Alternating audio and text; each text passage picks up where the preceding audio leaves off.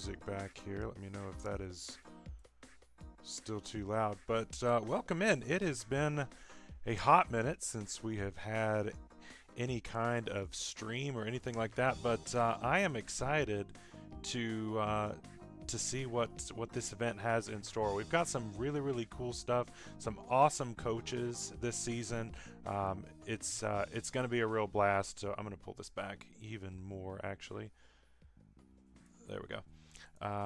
Yeah, so welcome to our Winter Wildcard event. Today we're going to be going through everybody's teams in this awesome rule set that we have not really explored before in UNPL, but I am excited to be doing that. Hopefully my mic sounds okay. I'm using my backup mic to hopefully not have as much noise going on. My power supply is currently in the middle of dying. I was supposed to get a new one in yesterday, and well, that did not happen because everything is still getting delayed. So fun times. So hopefully you can't hear that, and if you can, then I'm sorry.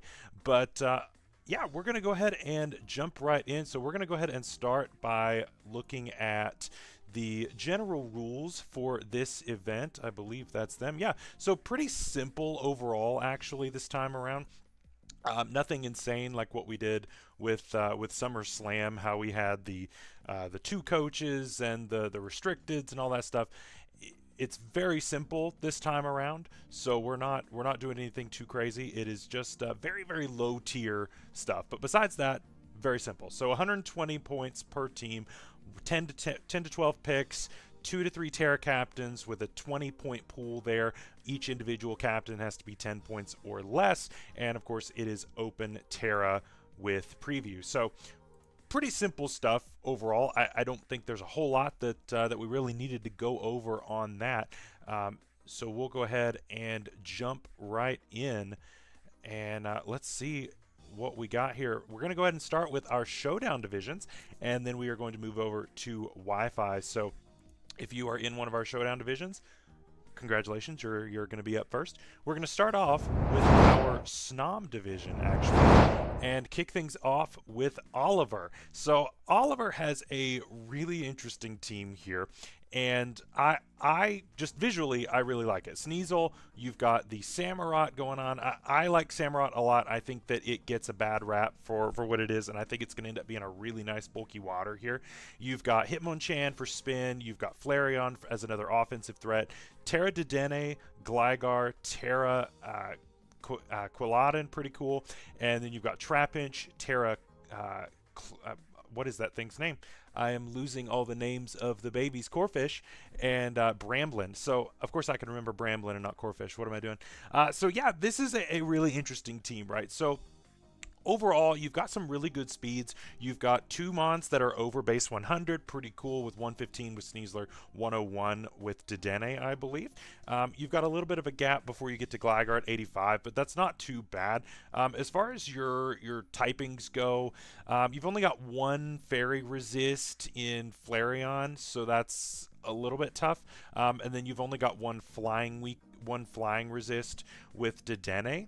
Overall, though, I think the types are covered pretty darn well, and so I think it's going to be pretty nice. I think Terra Dedenne is going to actually be really nice in this format.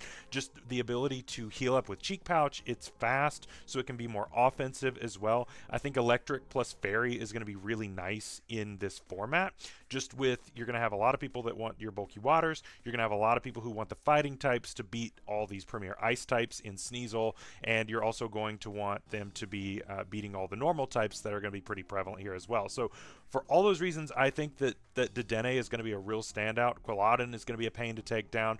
Corphish could be nice if you get it set up with like a Dragon Dance or Swords Dance or something like that.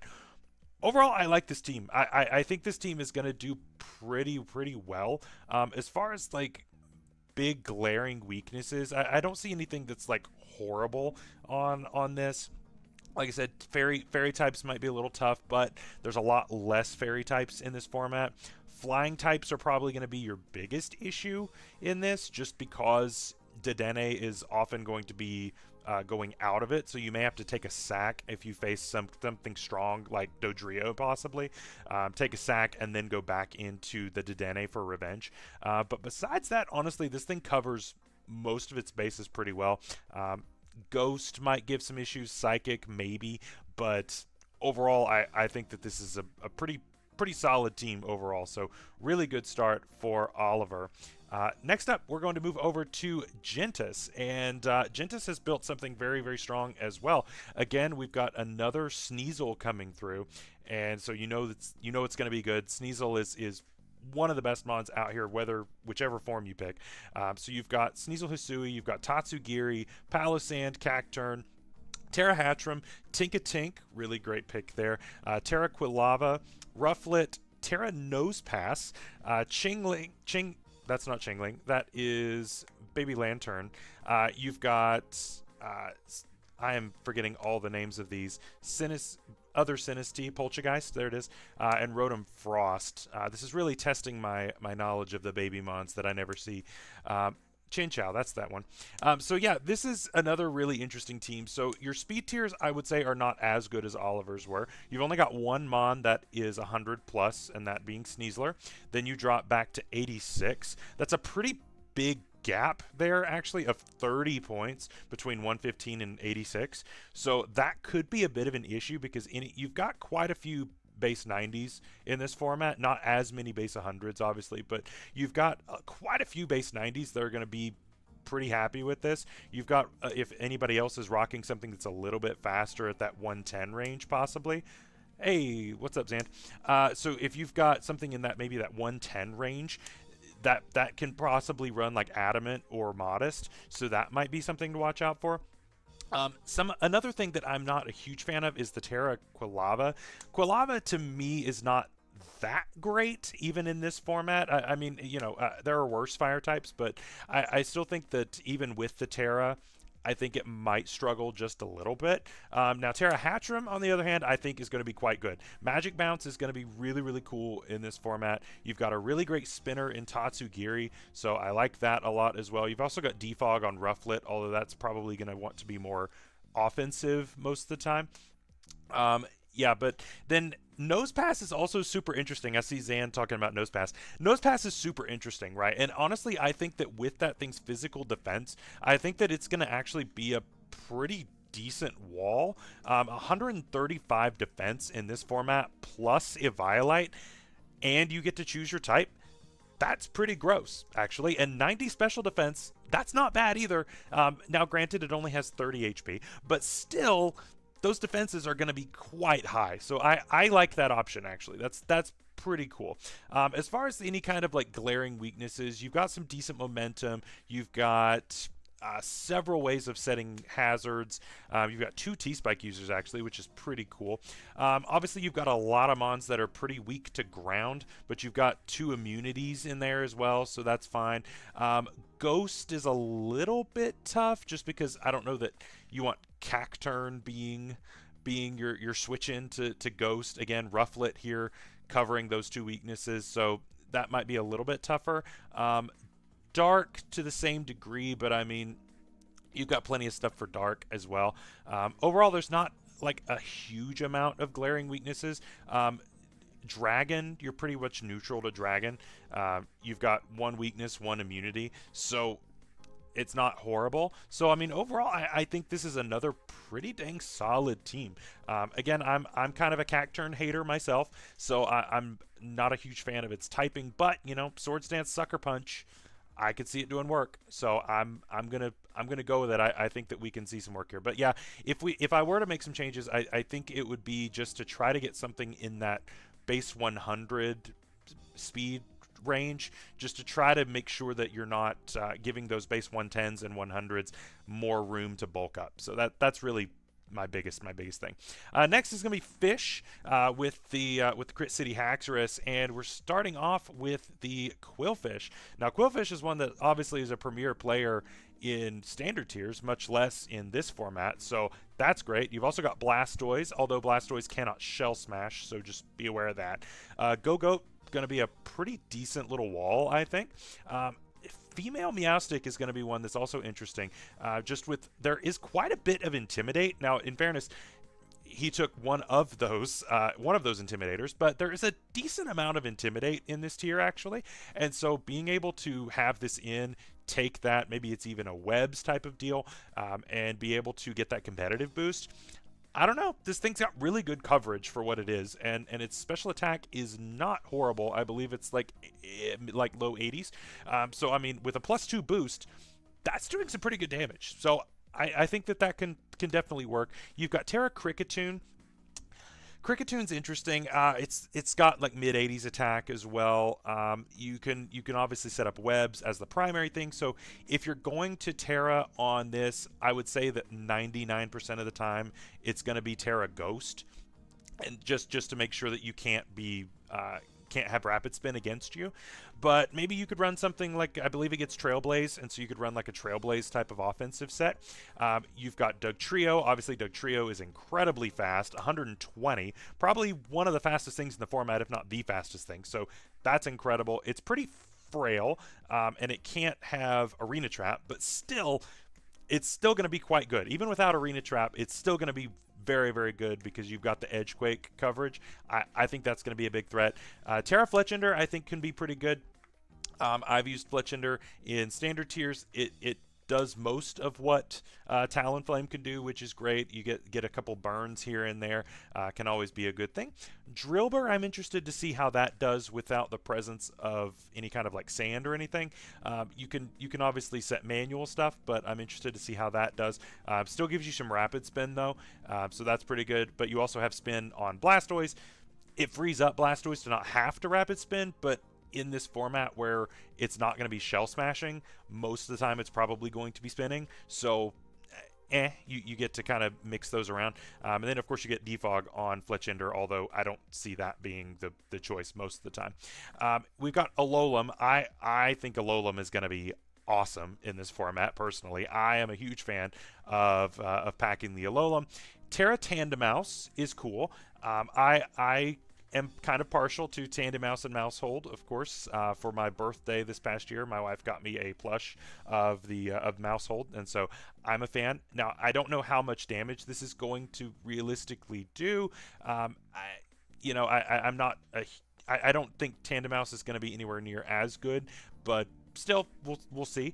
And Qfant is an interesting choice as well. It's an okay steal. It gets decent coverage, although its stats are pretty rough.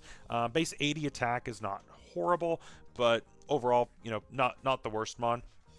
Looking as far as like type weaknesses and things like that, Dragon could be a bit of a problem. You've got one resist, you've got no fairy, but you've got one resist, and then that's it. Everything else is neutral.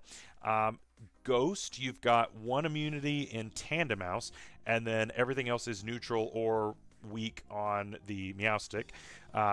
Dark, you've got no resists and one weakness, so that might be a bit of an issue. Water, you've got a little bit of an issue, but I mean, you've still got like a Blastoise though, so I mean, I'm not that worried about water if you've got a Blastoise and a Go-Goat, so that's fine. You've also got a grass immunity on Go-Goat, so I think Go-Goat is probably going to fill a more defensive role most of the time.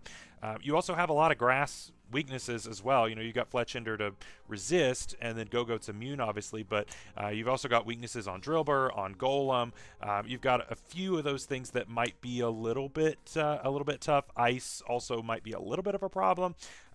But yeah, I mean, overall, I've seen worse. I have definitely seen worse, and ironically, it's pretty decent to have more than one normal resist because there are so many normal types in this format. So overall, it's not horrible. Honestly, I have seen worse drafts from Fish, and honestly, this isn't the worst. You've got a lot of momentum as well. Volt Switch on Golem, 2 U-turners, 2 flip turners, 3 baton passers. I mean, you've got a lot of momentum, so I can see that being a real help there. So hopefully we see some success out of Fish this season, from Fish, yes. All right, so we've got, next up is Striker. And Striker is going to be rocking a pretty interesting team here as well with round 1 Girder. Now, Girder is one that now Girder's great. Don't get me wrong. Girder is a very strong mon in this format. Is it a pick 1? I don't know. I'm not sure if I would have taken it round 1, but it is very good. Don't get me wrong, it's very good. Charizard is going to be a pretty nice threat on that, especially offensive side. You, of course, could mix things up and go for Dragon Dance. Most of the time, you're probably going to go for something like Specs, maybe even Scarf. Cryogonal, one of my favorite mons in standard tiers with Terra. People sleep on Cryogonal. It's great. When it can drop its ice typing generally. But still, it's going to be quite good. It's a really reliable rapid spinner. You've got Haunter, again, a pretty reliable low tier mon. Can actually be surprisingly strong offensively, and it's got a 95 base speed, not bad, but that 115 special attack is really where it shines. Shadow Ball coming from that is going to hurt. That is stronger than Charizard. Charizard's 109, I think, so it's stronger than that, which is really, really good. It's actually the highest offensive stat on the whole team that I'm seeing, which is pretty crazy. So yeah, definitely going to be a huge threat. Got to watch out for that. Terra Shelgon is one. I believe that Striker's the only person who took Shelgon in the entire league, and I really wanted this, to be honest. When I was looking at my draft, I wanted this originally and ended up pivoting to something else. I think this is going to do work. It's bulky. You can set up some Dragon Dances while eating some hits. Eviolite obviously is going to help out those defenses. 100 defense, 50 special defense. That's going to be pretty nice. I like that. You've got the webs on Spidops. That can help out a lot. Poniard with Terra, that's going to be a threat and a half. We all know how strong Bisharp is and how strong King Gambit is with that Terra. Poniard is just filling that role as well. Sword Stance plus Knockoff, that kind of thing. Knockoff is another big deal that we have to look at in this format, just because there are so many Eviolites running around. If you have good knockoff options, then that helps you so much down the road to be able to clean in the end game. Basculin is going to be nice. Now, it does not get adaptability in this, but still, it's very, very strong. You've got Volt Switch and things like that on the Voltorb. And finally, Terra Impidimp. I think Impidimp is a steal for how cheap it was. You know, Prankster Mons, honestly, are usually undervalued for what they are, and I think that Impidimp is exactly that same way. When you can parting shot out before the opponent ever moves, it doesn't really matter how many points you paid for it, right? That's great value, and especially with Terra, I think that you can get something out of it. Most of the time, I would probably Terra one of the other two, but still, maybe you come up with something for Impidimp that could definitely work. So we've got a couple ways of removing hazards. You've got Rapid Spin on the Cryogonal. You've got Defog on Girder. You've got 4 means of momentum, so a little bit less than Fish, but still not horrible. You can set every hazard in the game, mostly being carried by Spidops, to be honest. Spidops is your only spiker. You've got T-Spikes on it, as well as Haunter, and you've got Sticky Web on Spidops. And then Poniard is your only stealth rocker, so you might not be stealth rocking all that much, but still not horrible. I think that it's good. You've got quite a few priority options, which is pretty good. As far as your type weaknesses, Fairy is a little bit of a weakness. You don't really want to switch Haunter in hard on a hit, but Haunter obviously is really good for fairies. Charizard is your other resist, so not the worst. You've got a little bit of a rock weakness. It's not horrible. You've got resistances in Poniard and Girder, both of which could deal with them back. But you've got a few weaknesses there, but it's not horrible. You've only got one flying resist, and that's Poniard. Everything else is neutral or weak. So just something to be aware of on that. Electric could be a bit of an issue, but I mean, if you the thing is, if you get Voltorb in, that's your big resist. It doesn't really do anything back. So that's something to be a little bit aware of, and your other one is going to be, of course, Shelgon. So, and if you Terra out of Dragon, then you lose that resistance. So just be careful and be mindful of that. Yes, but I mean, overall, it's not horrible. The speed tiers, obviously, you're not anywhere in that time for some dapper gaming. Absolutely. So you don't have anything in that 115 speed tier. You've got 2 mons at the base 100 speed tier. So 105 for Cryogonal. Charizard and Voltorb are both 100.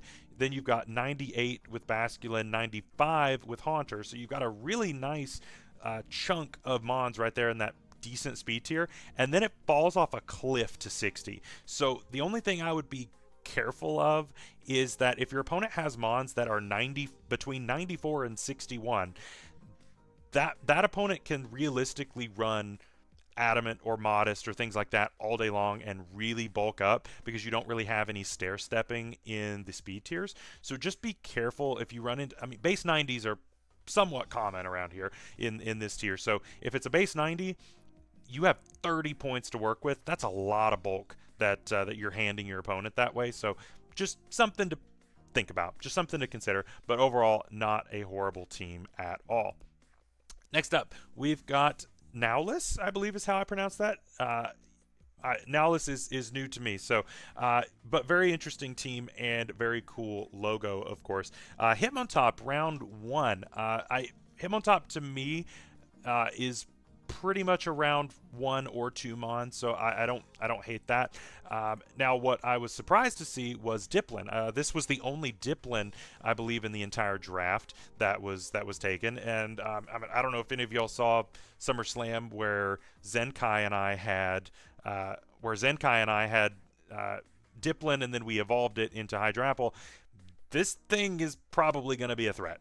It's probably going to be a huge threat, and I'm all for it. I think it's cool. Obviously, that was doubles, and this is singles. It's a very different thing. But still, I think that Syrup Bomb can actually be very helpful because this team is not on the faster side overall, I will say. You've got Yanma and Minen as your top 2, which I'll go through all the mons here. But I think that your Syrup Bomb is going to be very helpful. So that's good. Clawitzer is decent. Again, it's pretty slow, but it does hit very hard given this format. Metang, probably one of the best 10-pointers, although it's tough to not see it with Terra. Now, I understand wanting Carcoal instead. Carcoal with Terra is absolutely incredible value in this, although I would much rather see Terra on Metang here. We've got Wigglytuff, gives you a competitive option, gives you a fairy, pretty good. You've got Krokorok. I think Krokorok is going to be slept on in this as well. Bayonet, a pretty decent ghost type. It can work in standard tiers as well. Swords Dance, Shadow Sneak, Poltergeist, things like that can work. Ariados gives you webs. Now, here's the only thing, and Yanma and Minen I mentioned. Here's the thing. I think that the tough thing about this team is that you're going to be forced to bring Ariados almost every week to click webs. And at a certain point, I think it's going to get a little bit predictable just because there are going to be a lot of teams that are much faster than you, just straight out, and a lot of members, right? So, I mean, if we just go back a slide, right? If this will let me go back a slide. I don't know how to make this go back a slide. But yeah, if we just go back, then that team, basically like 6 of the mons outsped this one. And that's where things get a little bit tough, right? So I believe that was Striker's team. Yeah, so Striker had Cryogonal, Charizard, Voltorb, Basculin, Haunter. All faster than this team. That's going to be really hard to deal with. So I think speeds are going to be tough. So be careful with that. To be honest, I don't think that's all that true. As far as the types go, I mean, I have seen worse. Ground is going to give a little bit of issue. Fire's not horrible. Again, I would love to see Terra Metang to get out of that fire weakness, but again, it's not bad. Flying is not that bad, especially with the Metang there. So really, honestly, your typings are not horrible. You've got 2 very reliable spinners in Terra Carcoal and the Hitmontop, so that's not bad. You got plenty of momentum, not bad. Quite a bit of hazards. So yeah, I mean that's like I said, a lot of your bases are covered. I just think the speed is going to end up being a little bit of an issue. Speed is everything in draft, right?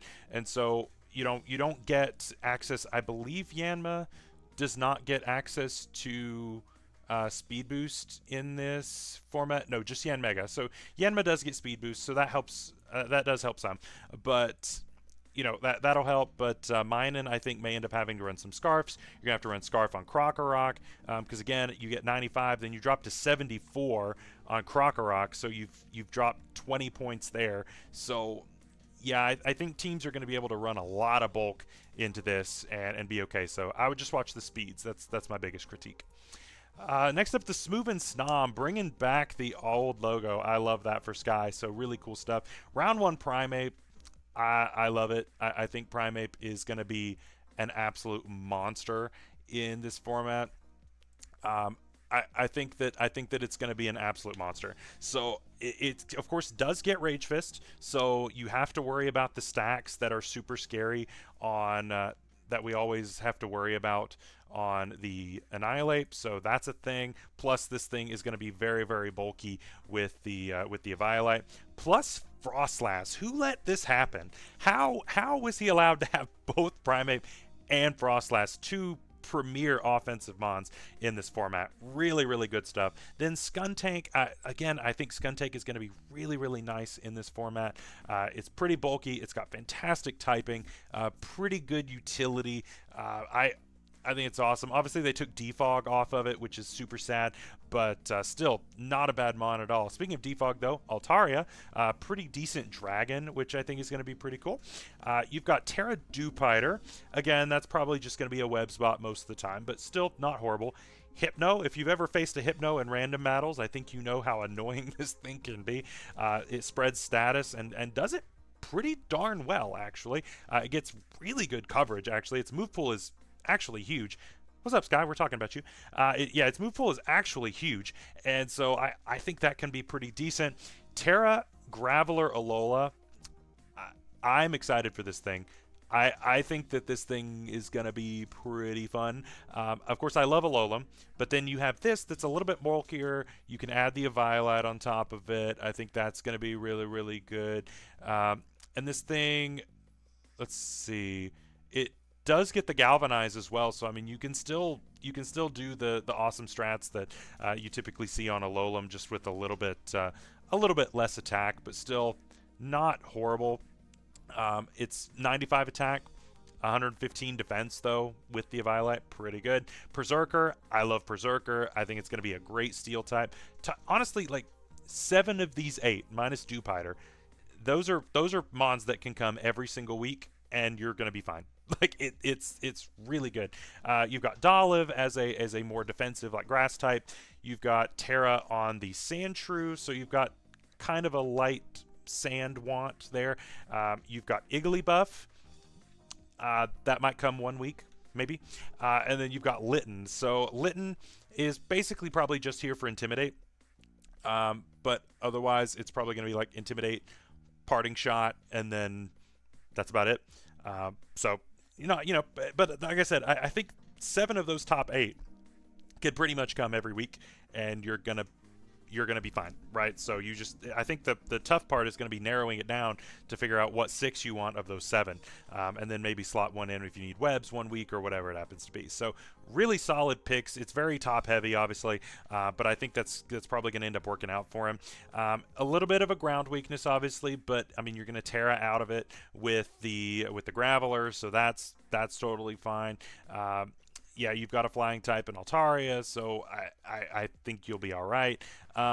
Fairy is a little bit tough. Berserker is going to be your only reliable resist on that, just because Litten would be the only one besides Berserker, and I don't think you're going to bring that most of the time.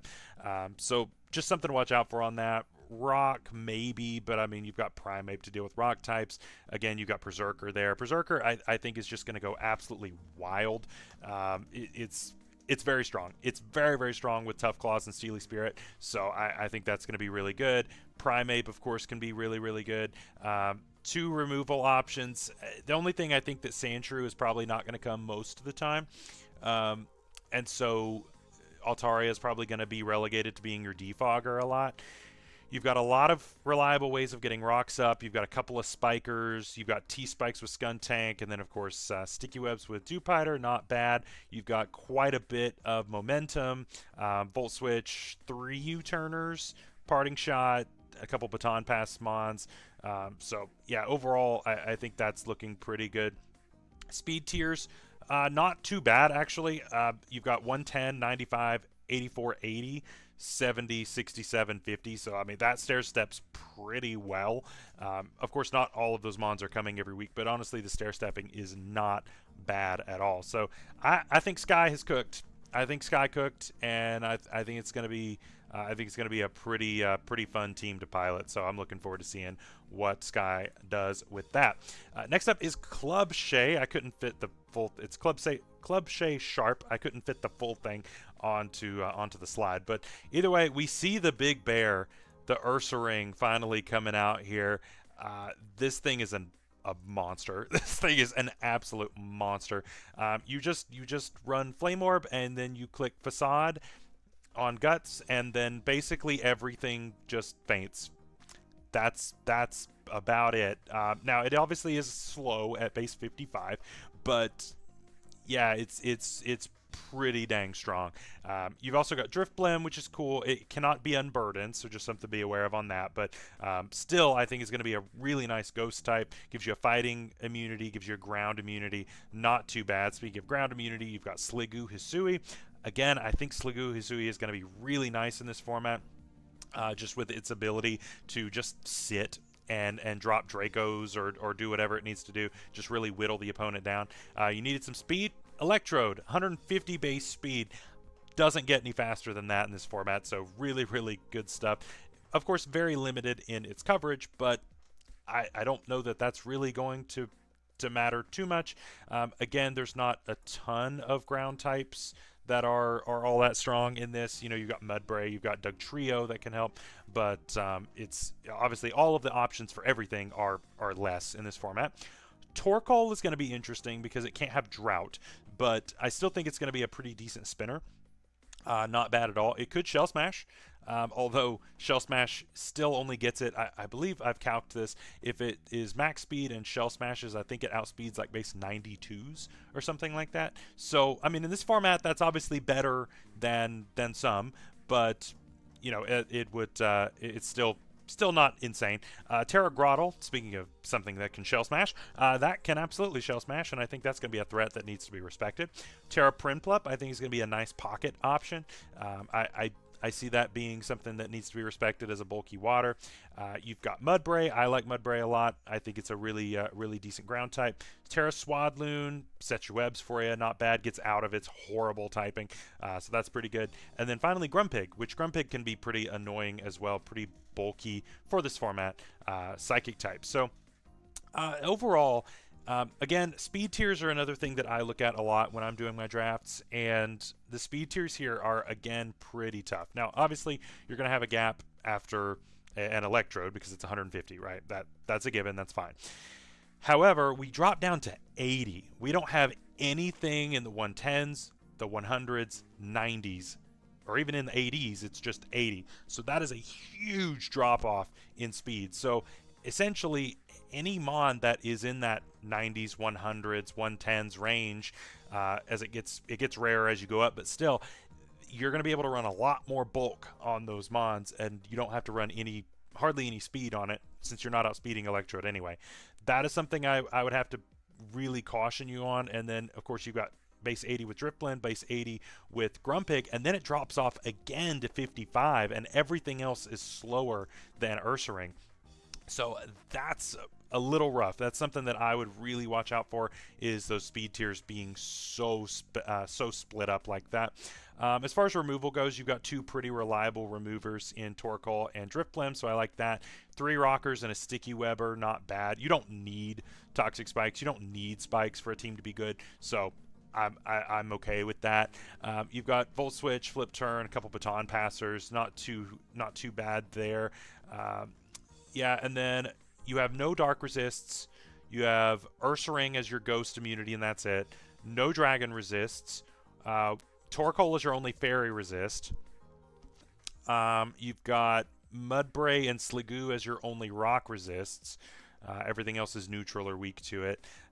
So, yeah, I mean, the typings aren't incredible, and the speed tiers are a little tough in there. So on paper, I think this team might struggle a little bit compared to some of the others that I've looked at.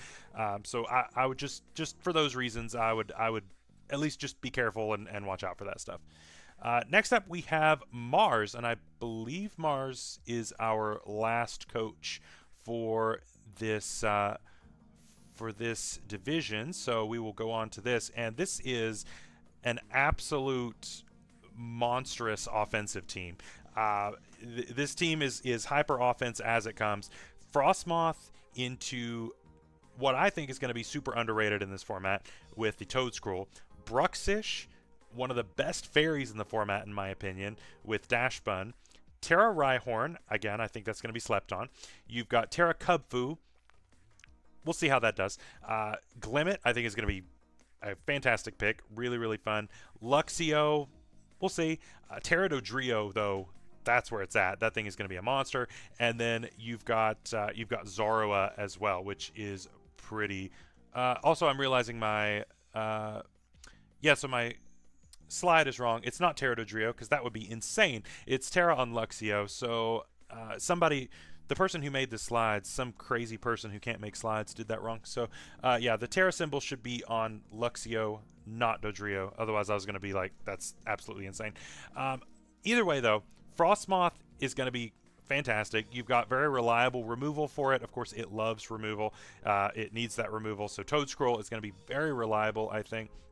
And they cover each other quite well, actually, because you've got the glaring ice weakness on Toad Scroll. Frostmoth is going to eat those ice moves for breakfast.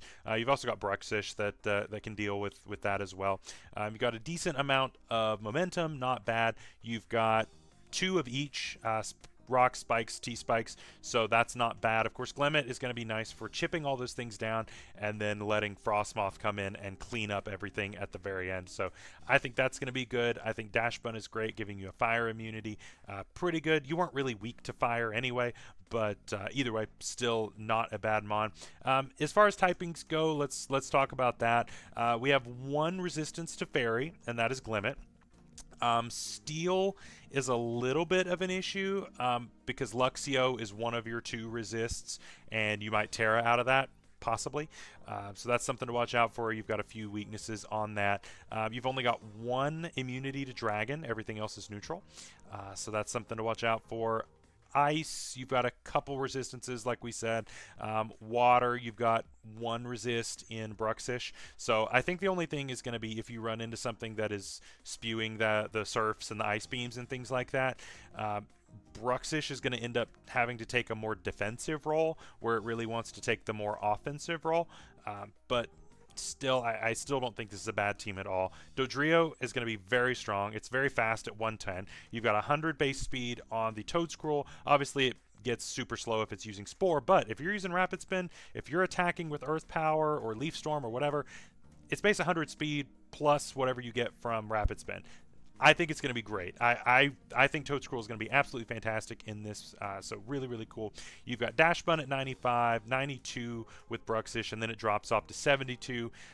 It is a 20-point gap, so that is a little bit rough. So if you've got a base 90, you've got some room in there. It's not as bad as some of the other ones that we've seen, but still just something to be aware of there. And then anything that's under base 60 is basically free because you don't have anything between 60 and the Rhyhorn at 25. So just something to be aware of. But overall, I think this team is just going to be one of those that gets in, is hyper offensive all the time, and I think it's going to be pretty dang difficult to deal with. So just watch out. I think this thing is going to absolutely punch holes in your team before you get to even lose to any of those issues that I mentioned. So yeah, so that is all for the Snom division. So let's go over to Snowrunt next, and we will give some rankings. I say rankings. We're just kind of talking about it, seeing what everybody decided to pack this season, and we'll see what we have next. So next up is going to be Sigma Lancer, and of course Sky was just around. Sigma and Sky are twins, so cool that hopefully he's still around to see me talk trash again. Sorry, talk about this team here. Overall, the team is visually very cool. I like this a lot. It's the only Minior that was taken, and obviously that makes sense with the mascot from the logo. But you've got Quillfish Asui, Very strong Mon. I think it's going to be very good defensive Mon. You've got Pivot with it. You've got Intimidate. Very nice. Very good typing as well. Hitmon top. Amazing spinner, probably one of the best. It's one of the best in the format, really good. Again, Minior here. Minior is a little bit predictable just because it usually wants to go for Shell Smash. And so if there is a ill-timed Mirror Herb on the other side, that can be a little bit tough. But if it gets that off, you Mirror Herb, or you don't have the Mirror Herb, you get the Shell Smash off, Wide Herb, and then you go for Acrobatics, and people are going to be, oh yeah, we did ban Shell Smash, didn't we? Oh, that's good, because otherwise this thing would be gross. Let me look back at my bans. See, I wrote this stuff so long ago. Minior, it is Shell Smash banned. Still, I still don't think it's going to be horrible. It's a Stealth Rockmon. Its typing is not the worst. It gets U-turn, I believe. So that could be good. Just to have a little bit of a chip in there. Its typing. Typing's decent. Its defenses, while it's in its shell form, are not bad, although it doesn't get any kind of a Violite access, so that's a little tough. But overall, we'll see how that one goes. Pyroar, I think, might actually have a time to shine. Of course, it does pretty poorly in standard tiers, but hopefully it does well here. Wartortle, I think, is going to be another great spinner. You've got two fantastic rapid spin mons, so that's really good. Lilligant could be nice. Of course, I believe Chlorophyll is banned on this as well, if I remember correctly. It is. So no Chlorophyll on this, but still, Quiver Dance isn't. And so you can absolutely Quiver Dance and go to town with that. Terra Tinkatink is interesting. I would have expected Terra on something else, although I think with the points, the way the points worked out, I don't know if you had a much better option. But yeah, because Tinkatink already has an amazing typing, just as it is, so it might be worth considering moving that to Drowsy. I don't know. Magnemite is going to be decent. Of course, it's a kind of a low tier mon. It's got electric and steel, so that gives you your steel typing. Not too bad. Vibrava, though, I think is where you're going to really see most of the Terra for Sigma. I think that this thing can do some work. I believe it gets Dragon Dance now that Flagon gets it, so that should help out a lot. And then of course Drowsy. Like I said, I think Drowsy is actually not that bad. It gets incredible coverage. It gets you Violite. You can set up Bulk Up. You can go Calm Mind. You can go offensive. You can go defensive. It does a lot of different things. So I like it. I think that the Drowsy is going to be cool. You've got 3 ways of setting up rocks, and then of course Spikes and T-Spikes from Quillfish. Not horrible. You've got 5 mons that can use momentum. Not horrible. Your 2 rapid spinners are 2 of the best in the format, so that's really good. As far as like type weaknesses go, fighting is going to be a big one, and honestly that's pretty rough just because fighting is just so prominent in this format. A lot of people are going to be packing strong fighting types as much as they can just to beat all of the normal types and all the high tier ice types, and so that might be a little tough. You're going to run into a fighting type pretty much every week, so just watch out for that. Ghost is a little bit limited, but you've got a great switch in with Quillfish, so that's not bad, and an immunity with Pyroar. Yeah, I mean, honestly, Ground is really the only other one, but you've got 2 immunities, so the type weaknesses really aren't that bad. Water is a little bit, but you've got a Wartortle, so yeah, it's not horrible. Speed tiers, 106 to 90, 85, 78, 70, 60. Yeah, these speed tiers are pretty good. So yeah, overall, not a horrible team. I think that there may be some faster teams that can out momentum this possibly, but I mean overall, I don't think it's horrible. So really cool stuff. Next up is Pyro. Pyro coming back once again to take this on, and we see the bear. We see the bear again, and anytime you see the bear, you have to just go running in the other direction because it's absolutely monstrous. But going with the bear, we see the dog. We see the Granbull, and I think that's going to be cool. I believe this is the only Granbull that was taken in the entire league, so very interesting stuff. We see Toadscruel again being a really good spinner. Gligar, really nice defensive mon. I don't know how Sneasel didn't get taken until round 5. Why? I don't know. Terra Fletchender is cool. Terra on the Seviper. I know Crep is going off, seeing another Terra on the Survivor. We see Luminian. I'm pretty sure this is the only Luminian that was taken. Luminian is tough. I'm not a huge fan of Luminian personally. It's decently fast though, given the format. It's base 91 speed, so that's not. Oh, see, there you go. I told you, crap was ready. But yeah, it's now the only thing I do like about it is that it has base 69 for 3 different stats, so that's nice. But besides that, it struggles, right? Base 69 attack, base 69 special attack, not the best. Of course, its ability is good. But without Terra, I don't know how much you're going to get people to fall for the Storm Drain shenanigans. So that's a little bit tougher. Impotent, fantastic. I love that. It's a great value. And then Terra, Chest Form Gimmighoul. Again, Chest Form Gimmighoul, this is the only one that was taken. And I am very interested to see how this does. Obviously, it's very slow at base 10, but its defenses are pretty dang good, at least for this format, plus the Violate. Base 70 defenses, not horrible, but obviously could be better. But yeah, with the Violate, it can actually take some hits and maybe do back some damage. We'll see. 75 special attack, so not horrible, honestly. I can see much worse. I mean, heck, it's stronger than Fletchinder is on its physical side. Same thing with Gligar. I mean, it's the same as Gligar on the physical side, so it's stronger than Luminian on either side. So, I mean, you can't really knock that. So that's pretty cool. I'm not against it. So let's kind of dive deep in here. Our chart, our resistances are a little bit limited. Flying is going to be a problem. You don't have any resistances in that. You have 1 rock resist in Toedscruel. You have a couple of steel resistances. One of those is Luminian. Again, Luminian being the bulky water, I'm not a huge fan of, but you know, maybe you can find a way to make it work. Fire, again, your 2 resistances for both fire and steel are the same 2 mons.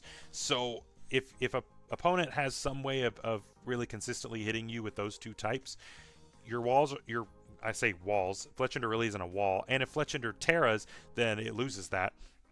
But if those 2 are not able to really reliably switch in and take those hits, I think it can get worn down and then break through. So just be careful on that. Again, water, your only resist or immunity in this case is going to be Luminian. Everything else takes neutral. Even grass, you've only got a couple of resists. So just be aware that there are some things that I think the opponents could take advantage of in that case. The speed tiers don't look horrible. Actually, 115, 100, 91, 85, 84, 65. A little bit of a gap there, but that's not that bad. A couple of removers there. Toedscruel, of course, being pretty dang reliable.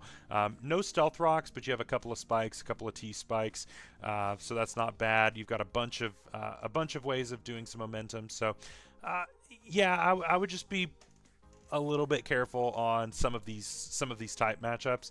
I think you're going to end up having to Terra into something a little bit more defensive most of the time rather than offensive, and so in some matchups I think that may end up catching you in a way that you may not be super comfortable with.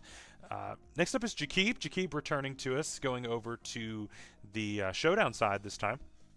And Jakib has finally taken his mascot. First of all, skipping down to the bottom, finally taken the Bergmite, like what we've been telling him to take for forever. But we start off with Sneasel, again, very very strong in this format. Piloswine is next. Jakib took a bunch of mons that he was the only person who took them in this entire thing, and so making slides was fun for having to use assets for only this one slide. But yeah, Piloswine, this is the only Piloswine in the entire format, but I think it's still a decent mon. Luxray, again, Crep is popping off probably in the chat. We've got Driftblim. Driftblim is pretty good. Again, its typing I think is going to be quite good for this format. Furret, the only Furret in the format, but I think it's going to be not that bad, especially with see, a fellow Luxray enjoyer. There it is. Yeah, so Furret is going to be pretty good. I think it's a pretty decent normal type, honestly, in this format. Of course, you get Tidy Up to give you some more removal. You get Charge Bug. Listen, Terra on Short Bus. That's Short Bus to Charge Bug. Terra on that is going to be really really fun. I think that's going to be fun and I think you all need to respect it. So just watch out. I think Terra Charge Bug is going to be cool. Again, Sliggoo Hisui, I think is going to be a great little wall. Terra Apom. It's Terra Apom. You've got Alolan Vulpix, which I'm not sure exactly what that serves outside of maybe like letting Piloswine go for like a Blizzard. Although its physical attack is stronger than its special attack, and I don't think there's anything else that really gets Blizzard on the squad. So yeah, it could also just be there for Veil, and that's about it. And then boost the defense of said Piloswine, where Ice types get that boost now. So that's something. So I don't know, not the worst thing, but I could definitely see that being kind of a niche bring. So let's take a look at our type matchups, and I see some problems. There are no fire resists. Fighting, you have 1, 2, 3, 4, 5, 6 weaknesses to fighting, 4 weaknesses to rock. Yeah, the fighting weaknesses, there's a lot. Obviously, you have a Drift Blim, which is good. You have a Charge Bug, but that Charge Bug is going to Terra, and so if you Terra into something else, you lose that resist possibly. And then, of course, your other resist is Sneasel, but I don't know that you want to be having Sneasel be a switch into something. So fighting could be a little tough. Ground, you only have Drift Blim.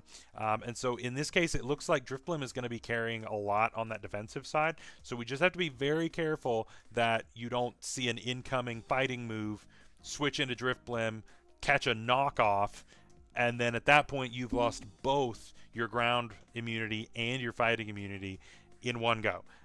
So that could be a little bit difficult, and normal actually, which does need to be thought about in this. You lose your normal immunity as well. So just be very careful with that. I think it's going to be carrying a lot of weight there. As far as removal goes, you're in pretty good shape. You've got Tidy Up on Furret, Defog on Drift Blim, and Rapid Spin on Bergmite. Now, how often is Bergmite coming? Probably not that much, but Tidy Up on Furret is pretty reliable. You've got Rocks, T-Spikes, and Sticky Web from Charjabug, so that's pretty good, and a ton of momentum. 2 Volt Switchers, 2 U-Turners, and like 5 Baton Passers, so that's not bad. The speed tiers, not the worst. 115, 90, 85, 80, 70, 65. Yeah, so that's a pretty good stair step, so I don't really have an issue with those.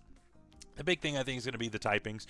So I think you're going to be forced into going into a Terra that does not resist fighting on Charjabug, or maybe with Apom or something, but I think it's going to be Charjabug most of the time. And so you're going to be like Terra Water, for example, to help deal with those fire types, but then you lose resistance to fighting at that point, and that might end up causing you some problems. So just something to watch out for, maybe something to think about for future parts of the season.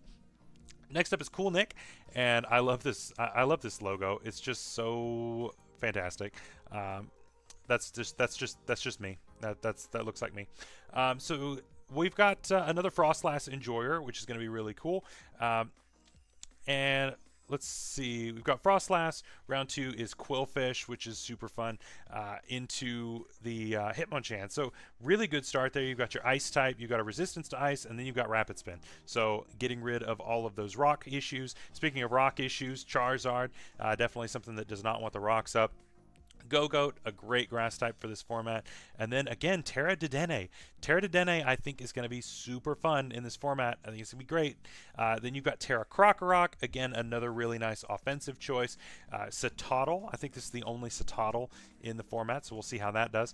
And then Trumbeak and Kirlia. Again, I think only Trumbeak and the only Kirlia.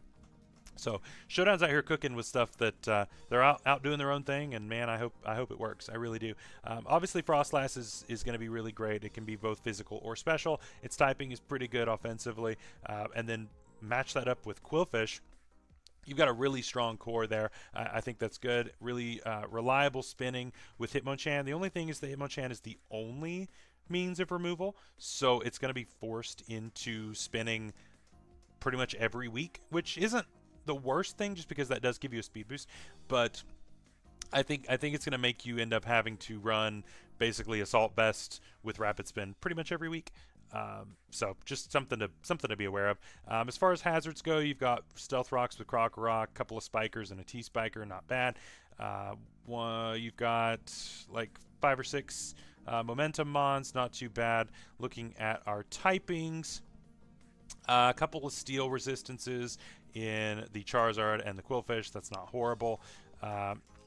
Ghost, you've got a couple of things, Trumbeak and Krokorok. So Ghost might be a bit of an issue if you Terra out of the dark typing with Krokorok, because I don't know how often Trumbeak is coming. So just something to be aware of there. Your only resistance to flying is Dedenne, so that's another thing to be aware of, especially if you Terra out of that electric typing. You'll lose that resistance there. Something to be aware of on that. Your Psychic might end up being an issue. Again, if you Terra out of that dark typing on Krokorok, then you're going to have Kirlia as your only Psychic resist. And how often are you bringing Kirlia? That I don't know. So just something to at least think about there. Yeah, but I mean, overall, it's not the worst. As far as your speed tiers go, 110, 101, 100. Then we drop back to 85, not the worst. 76, 75, 74, 68, not horrible. I'm not that worried about those speed tiers. Overall, not bad. I would just watch out for those flying types, the rock type moves, the ghost, things like that. I think are going to end up, if you've got a strong ghost type coming into you, I think that could end up being a bit problematic. But I think you've got enough tools to get around it with the right prep. Next is going to be Shinobu, and Shinobu is coming back to us from SummerSlam, and I'm excited to see what we get on this team this time around.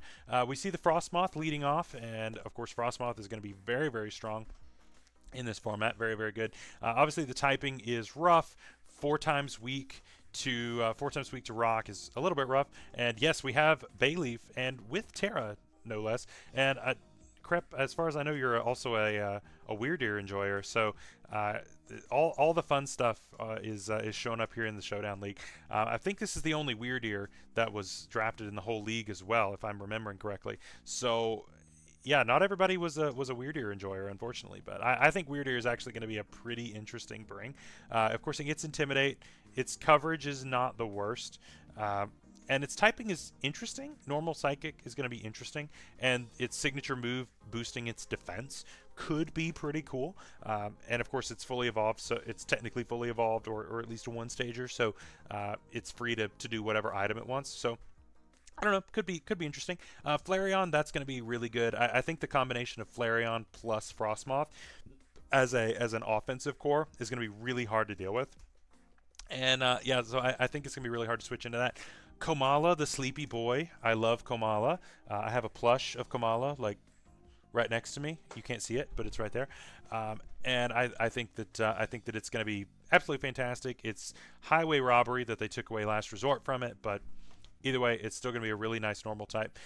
It is doubling the normal type with Weirdeer, but this has Rapid Spin. Weirdeer does not, so not the worst.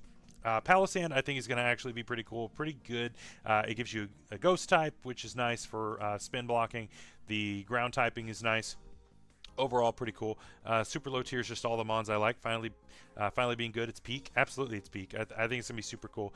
Next we come to Bayleaf, and honestly, I think Bayleaf is gonna be slept on. It can be defensive. It can be offensive.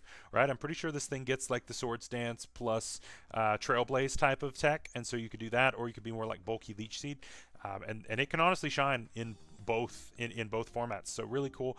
Then you get Hatchram, again, a really good Terra option for this format. I think that it's that the magic bounce is going to be really nice for blocking a lot of these status spreaders, a lot of the hazards, that kind of thing. So really cool pick there. Corvisquire, again, I think this is the only Corvisquire in the entire format.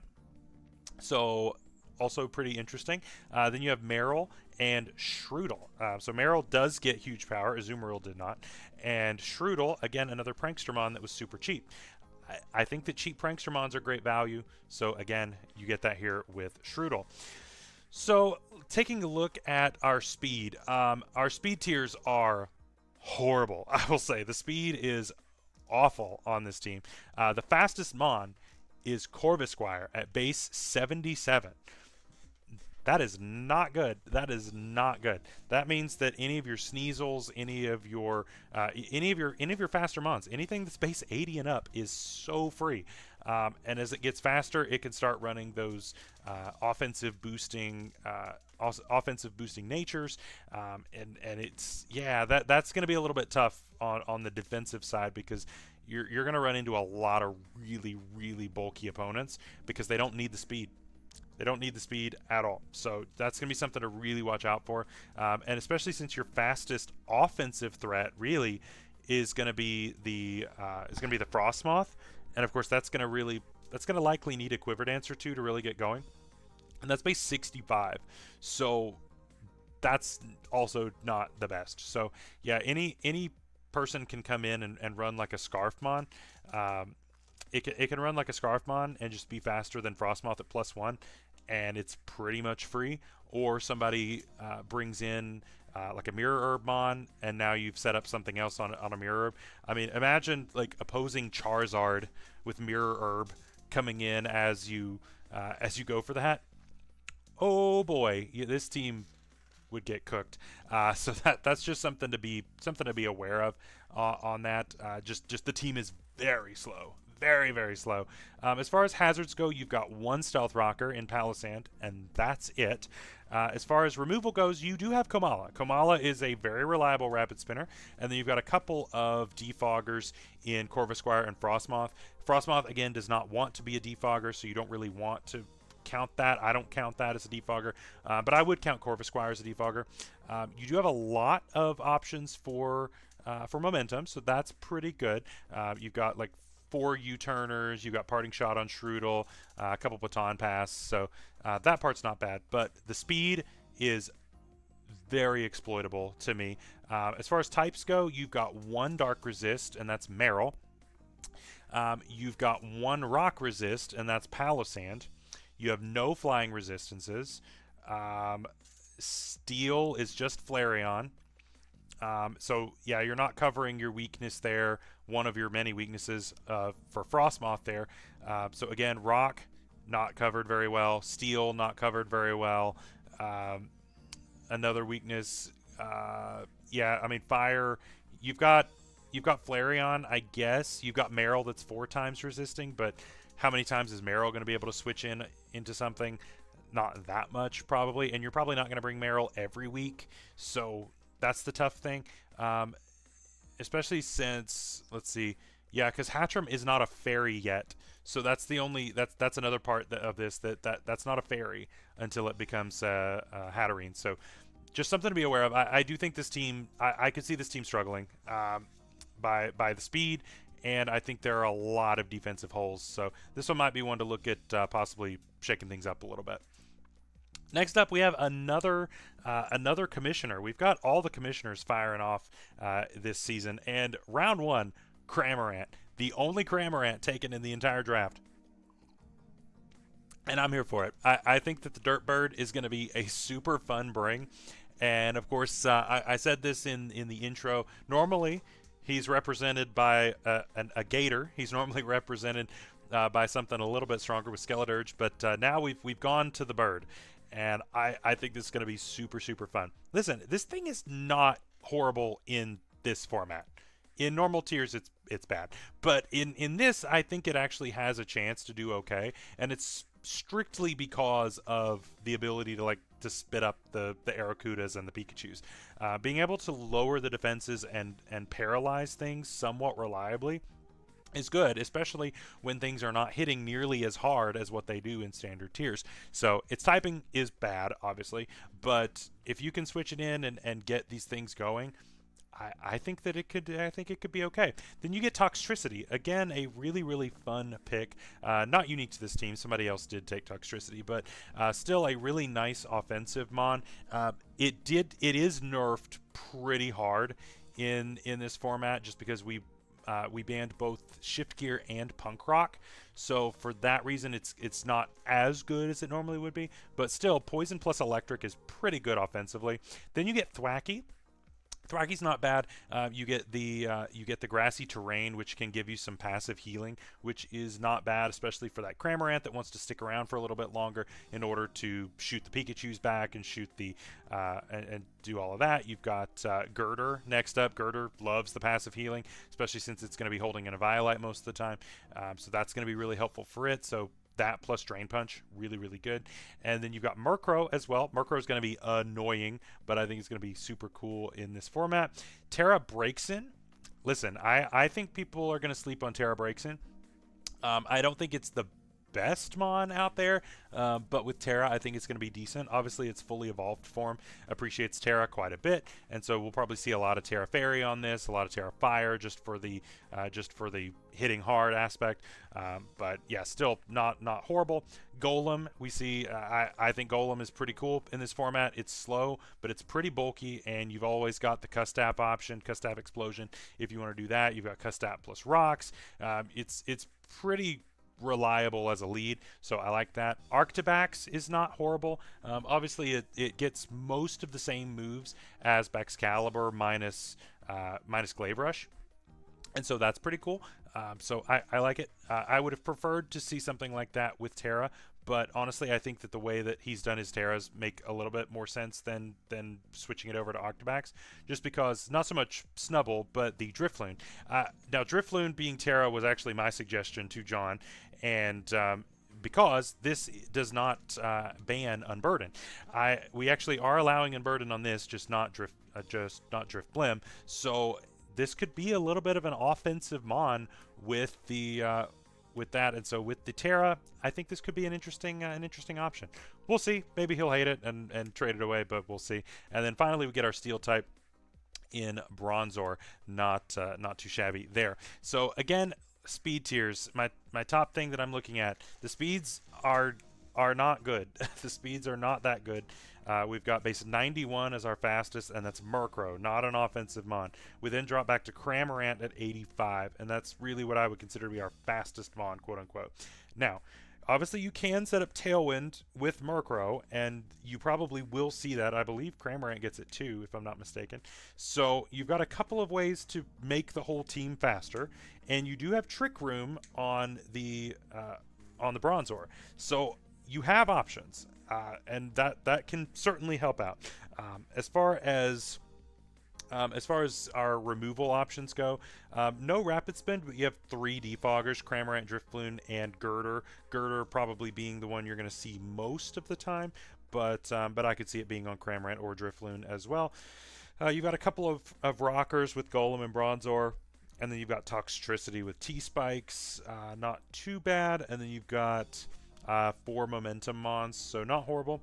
As far as our type weaknesses go, Ghost might give you some issues just because Murkrow is the only resistance right now. Rock, you've got like 5 weaknesses to Rock, which is tough, but you've also got 3 resistances, being Golem, Girder, and the Bronzor, so that's not horrible.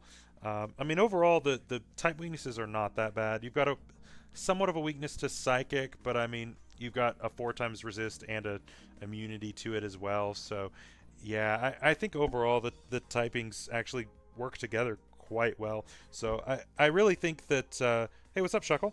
I really think that the typings are pretty good and they work together. I think Bronzor being there as a Trick Room Mon is going to help this slower team. I mean, imagine getting Trick Room up and then like Choice Banded Golem or something like that.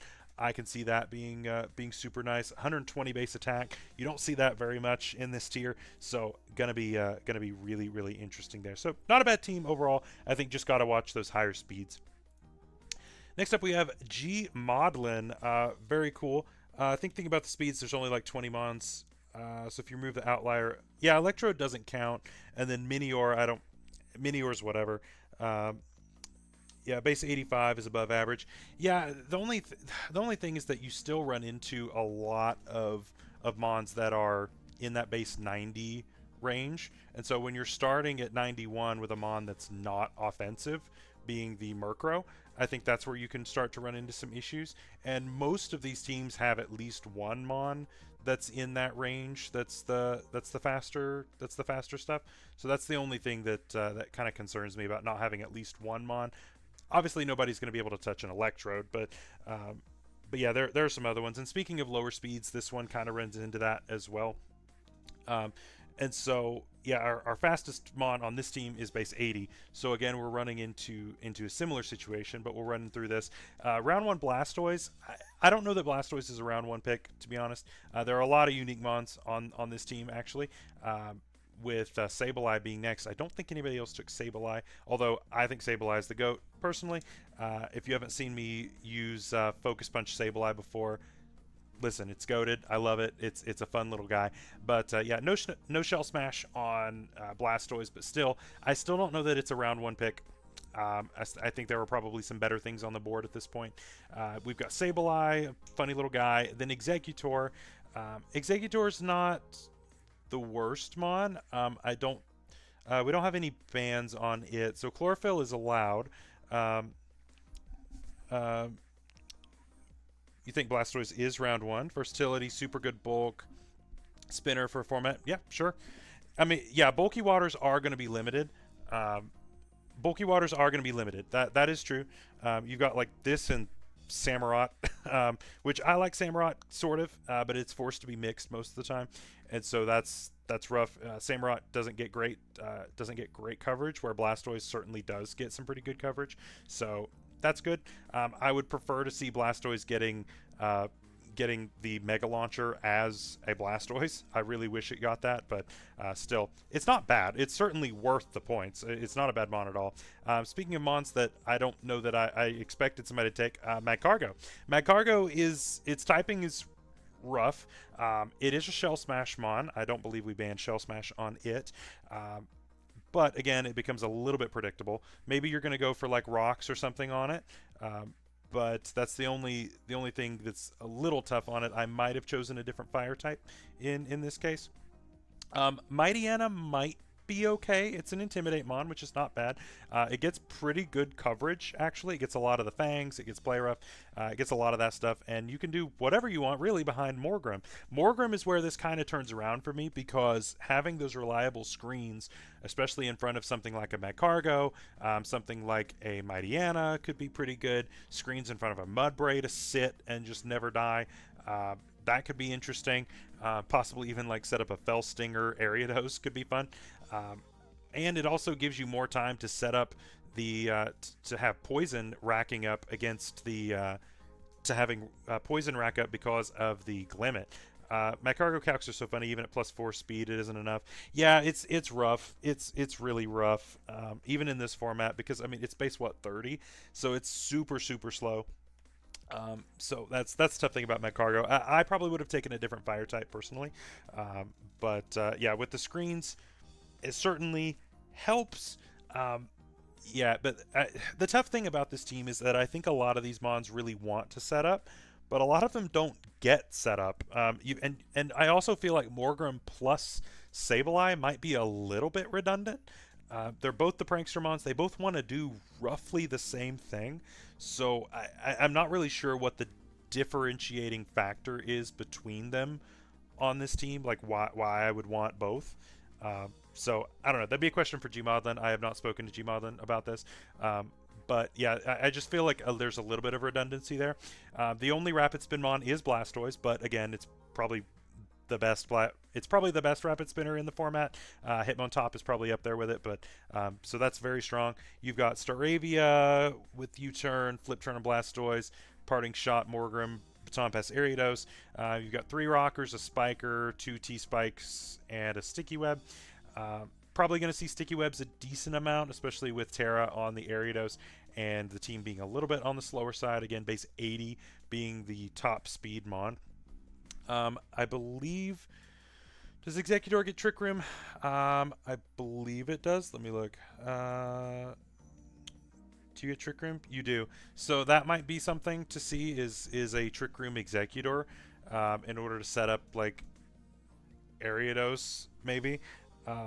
So that's the only thing. I just feel like a lot of these mons are going to be just a little bit shy of dealing the damage that they want to deal, because I don't think you have anything on this team besides Magcargo that has higher than a base 100 in an offensive stat. No, Glimmet. Okay, Glimmet's 105. Clements 105. Okay. Well, no, 125 on Eggy. So maybe we get like a Trick Room, and then have Eggy dealing some damage. We'll see. I'm all for Eggy doing some work. If y'all saw last season of, it was 2 seasons ago of UNPL when we had Viz.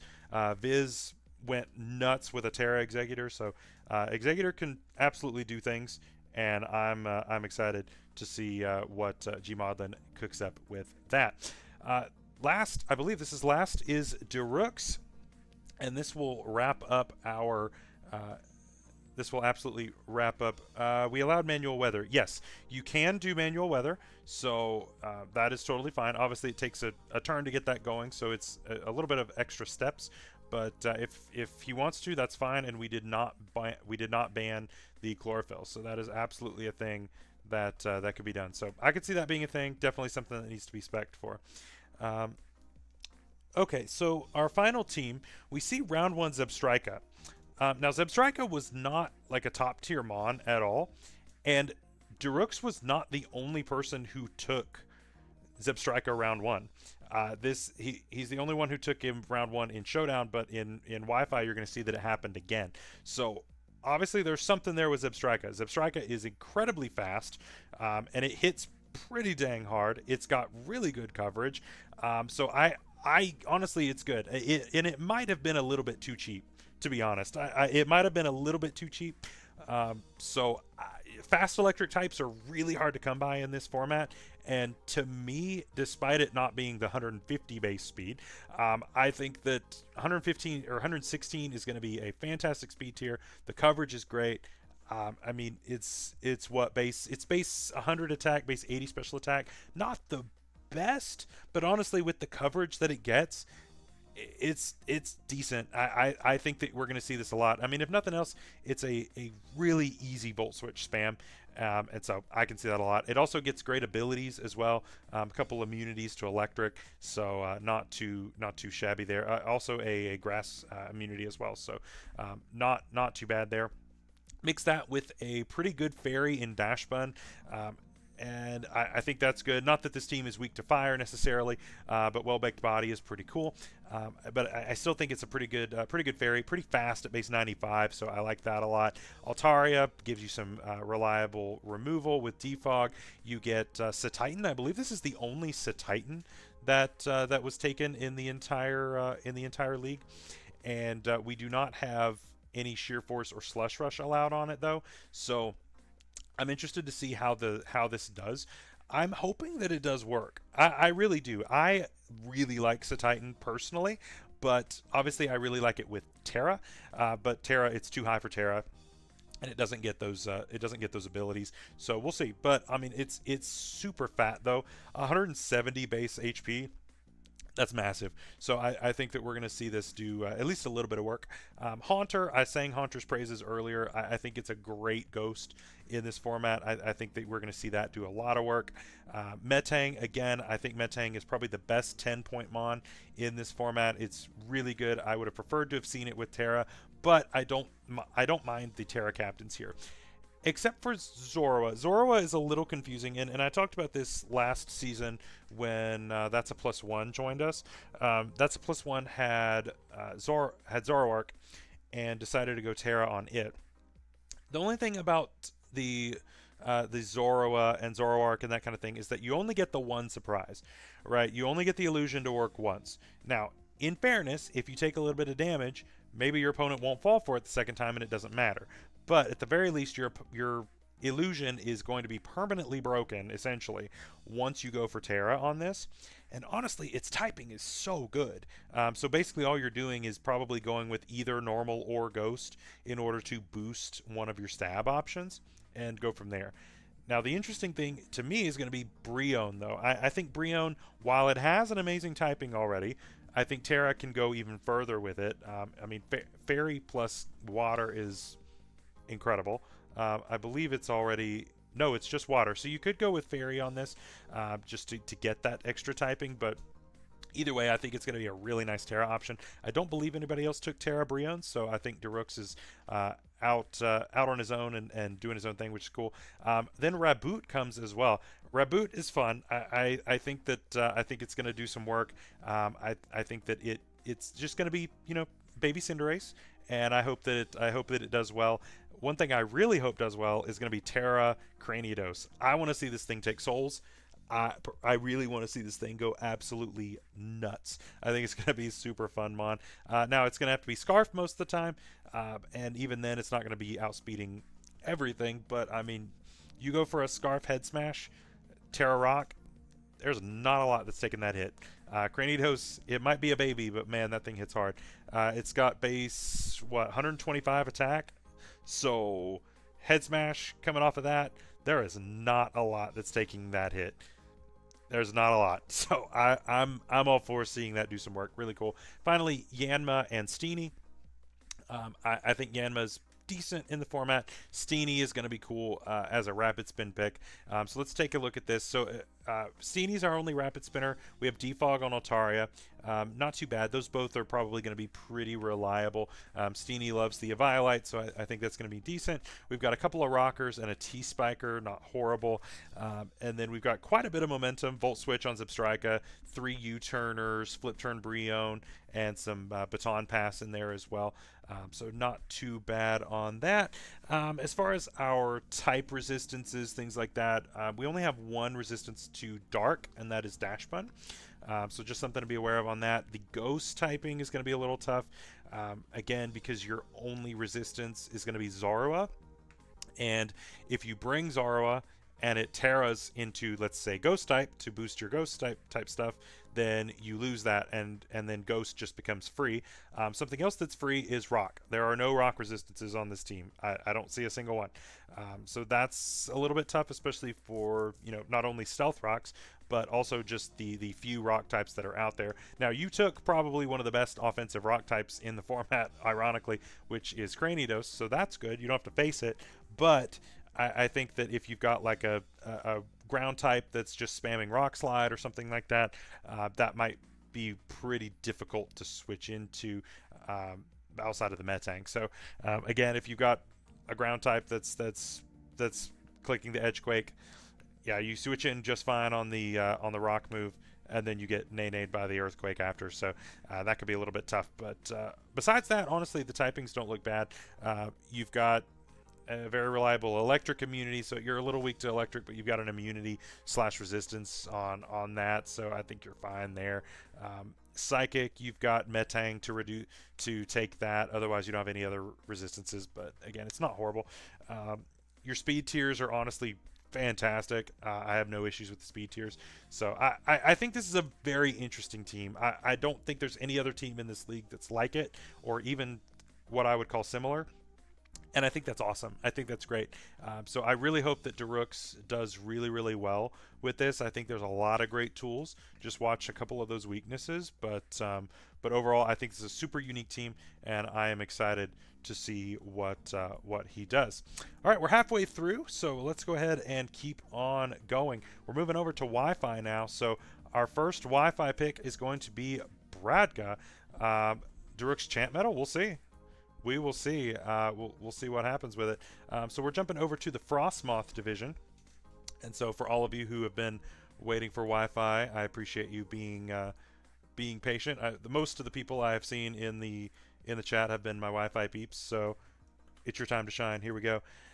Bradga is rocking a really interesting team. Again, we see the round 1 Bear. Makes so much sense. I mean, this is pick 1 overall. Why would you not? Right? Ursaring is so strong. Then you get the Samurott. Again, I think Samurott as a bulky water is going to be decent. It's a reliable knockoff user. The only thing is that it doesn't get enough coverage on either the physical or special side to really carry it. So it has to be mixed pretty much every week. So just have to watch out for that. But it does get Flip Turn. It gets the Razor Shell. It gets the knockoff. Like it gets what it needs to get for this. And honestly, that's enough for me. Next up, we get the Crocolore. In standard tiers, I think all of you have probably seen a Crocolore go nuts at some point. And now typically it's Terra Fairy when it goes nuts, but in this format, again, with the limited stuff that's out here, I think that Crocolore is going to be is going to be pretty cool. But yes, yeah, you have a friend that swears by Samurott. Now, listen, I brought Samurott once a few seasons ago, and I used it to counter an iron bundle, and it worked. So I like normal Samurott. I have brought it before. I may have traded it by like week 4, but I brought it and it countered an iron bundle, and we went to town. It was great. We have the Chimecho. Great. Unfortunately, no mega. Why not? I would love to fraud bundle strikes again. Absolutely, it does. And it wasn't even TJP that had it. Maybe that was the problem. But we have Chimecho here, one of the last remaining heal bell mons, which is super nice. I think that you're going to run into a lot of people who are spamming the. I think you're going to run into a lot of spam with status, and so Chimecho being able to just clear that is going to be super nice. You've also got the cosmic power sets that can just go off. Really cool stuff. And then Smeargle. I was surprised that we didn't see more people taking Smeargle in this format. Smeargle is awesome. Now, obviously, its stats are pretty bad, but I mean, 75 base speed obviously goes a lot farther in this format, and it can run any move you want. Any move you want. So that gives you some flexibility, which is pretty cool. You've always got the ability to run the Shell Smash Pop Bomb. You've always got the option to run the Stone Axe. You've got all that stuff. As long as it's not one of the normal banned moves, then it can run it. And so I think that's going to be something to watch out for in prep. You've got Terra Grottle, again, something to watch out for in prep. This thing is going to be a threat because it can absolutely shell smash, so be careful with that. You've got webs on Cutie Fly. That's about it, but still not too bad. You've got Santa with Delibird coming through. Horrible typing, but honestly, with Hustle, this thing might be a threat. It might be a threat, and it's also not Iron Bundle, so I'll sing its praises because it is not. It's not gone to the future yet. Terra Dedenne, I don't know how it's allowed to have Grottle and Dedenne Terra on the same team. That's going to be very strong, although you have a Jigglypuff in the last slot, so it's Jigglypuff. Then you have Geodude.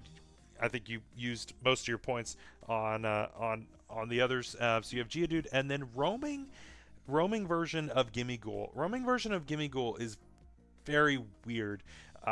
You don't see it much. This is the only the second time I've seen it drafted. I believe it was drafted when we did Little Cup. I think we included it, and I think one person took it. But honestly, its stats aren't bad. It's super frail. It is so incredibly frail, but its offensive stats are not that bad, actually. So I'm interested to see what it does. I'm interested to see what it does. It does go down to a gentle breeze, but besides that, I think we could see this as more of an offensive type of thing. So pretty cool. Overall, this is a very threatening offensive team. It's very, very hyper offense oriented. You've got, of course, the webs into Ursaring plus Samurott plus Grottle plus Dedenne. I mean that's a team right there. Just bring Ursaring, Samurott, Grottle, Cutie Fly, Dedenne +1 every week, and you're good. Probably the Smeargle, and you're probably good most weeks. I think this team is really strong. You've got 3 rockers, a spiker, and a sticky webber. Now the only thing is going to be your only form of removal built in is Delibird. Now obviously you could run something on the Smeargle if you wanted to have that as your removal option.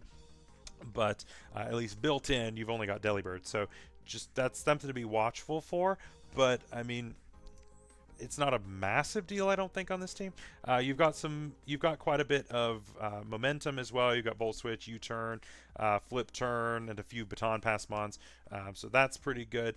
Now as far as rock goes, I believe your only rock resist is the Geodude, so that's something to watch out for. Steel might also be a little bit of an issue, although you have Samurott and Crocalor, so you're probably all right on that. Water, again, Samurott covers that, plus Grottle before Terra. Water, or fire rather, fire.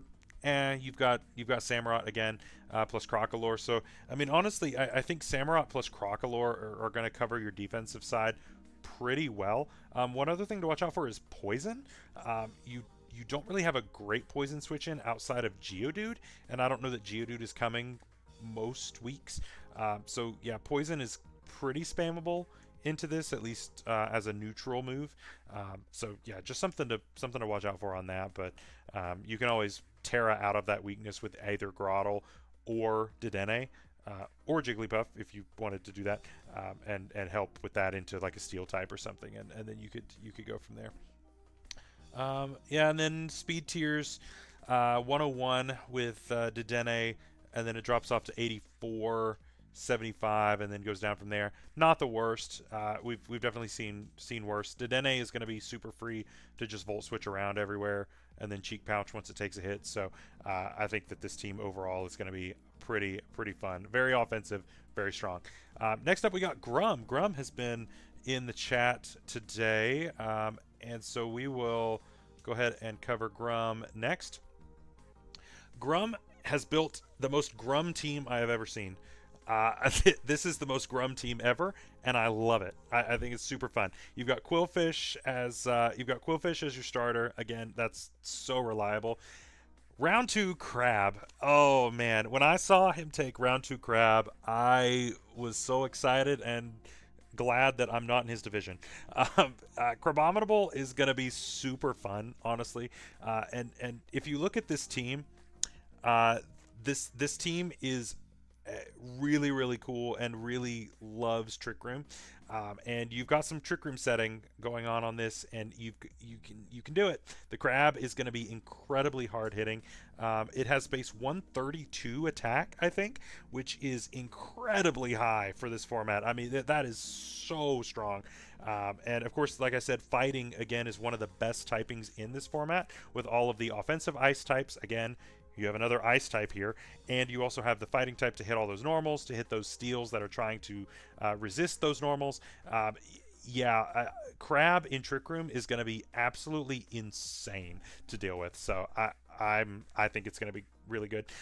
Executor, again, we talked about that a little bit earlier. I think that's going to be a really good Trick Room option for this team. Really good. Meowstic Male. Gross. Having screens plus the Crab, that's gross. It's going to be very strong. And then Terracarkle. Terracarkle again is incredible. It's a very Grum pick, and I think that I think it's going to be good. Plus weather, that's true. You could set the sun up for the Executor with the Meowstic as well. So really good stuff there. Carkle, again, a fantastic choice for Terra on this, being able to get rid of that horrible typing and then be able to spin.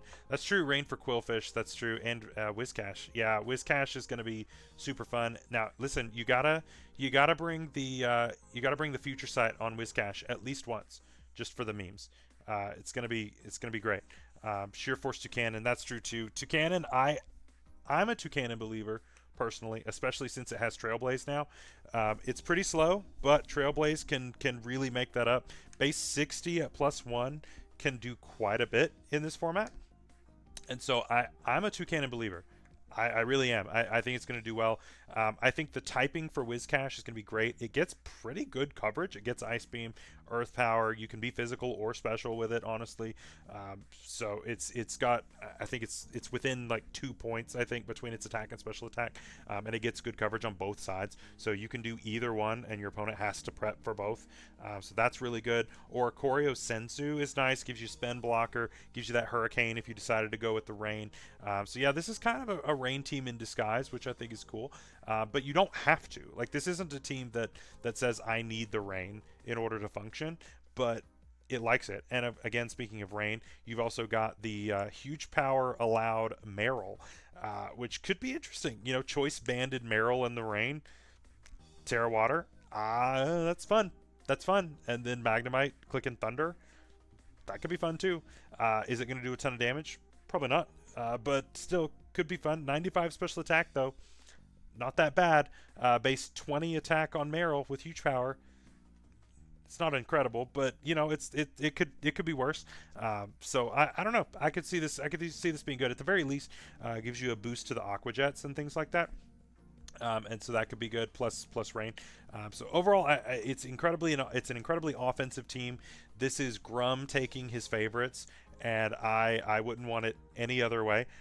Rapid Spin on Carkol, very reliable removal. You also have Defog on Oricorio if you want to go that route, but I think Carkol is super reliable there. I think your only thing is, like, I don't think you really ever are going to need to Terra on Meryl or Magnemite, like hardly at all, because Carkol is just so good with Terra there, but we'll see.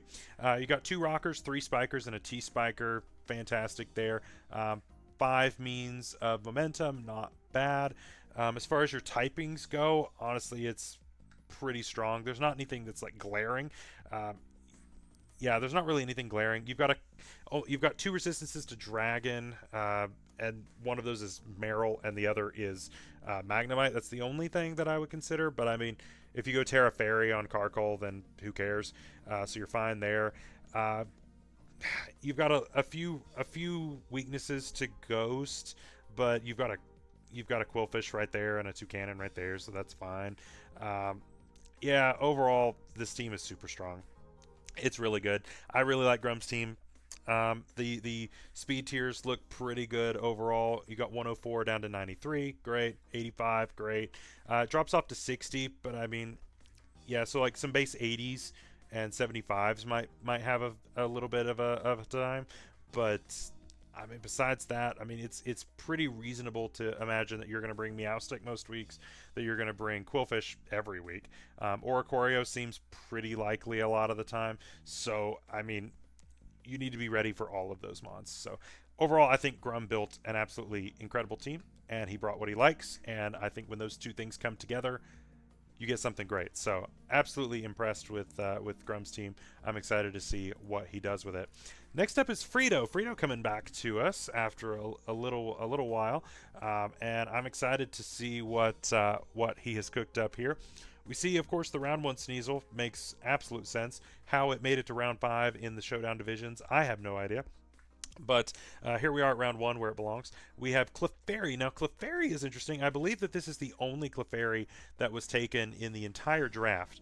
And I don't think Clefable was taken at all, even though I think they were the same. I think they were the same point value, if I remember correctly. Let me look back at the tiers. I believe they were the same point value. Clefairy. No, we may have changed that.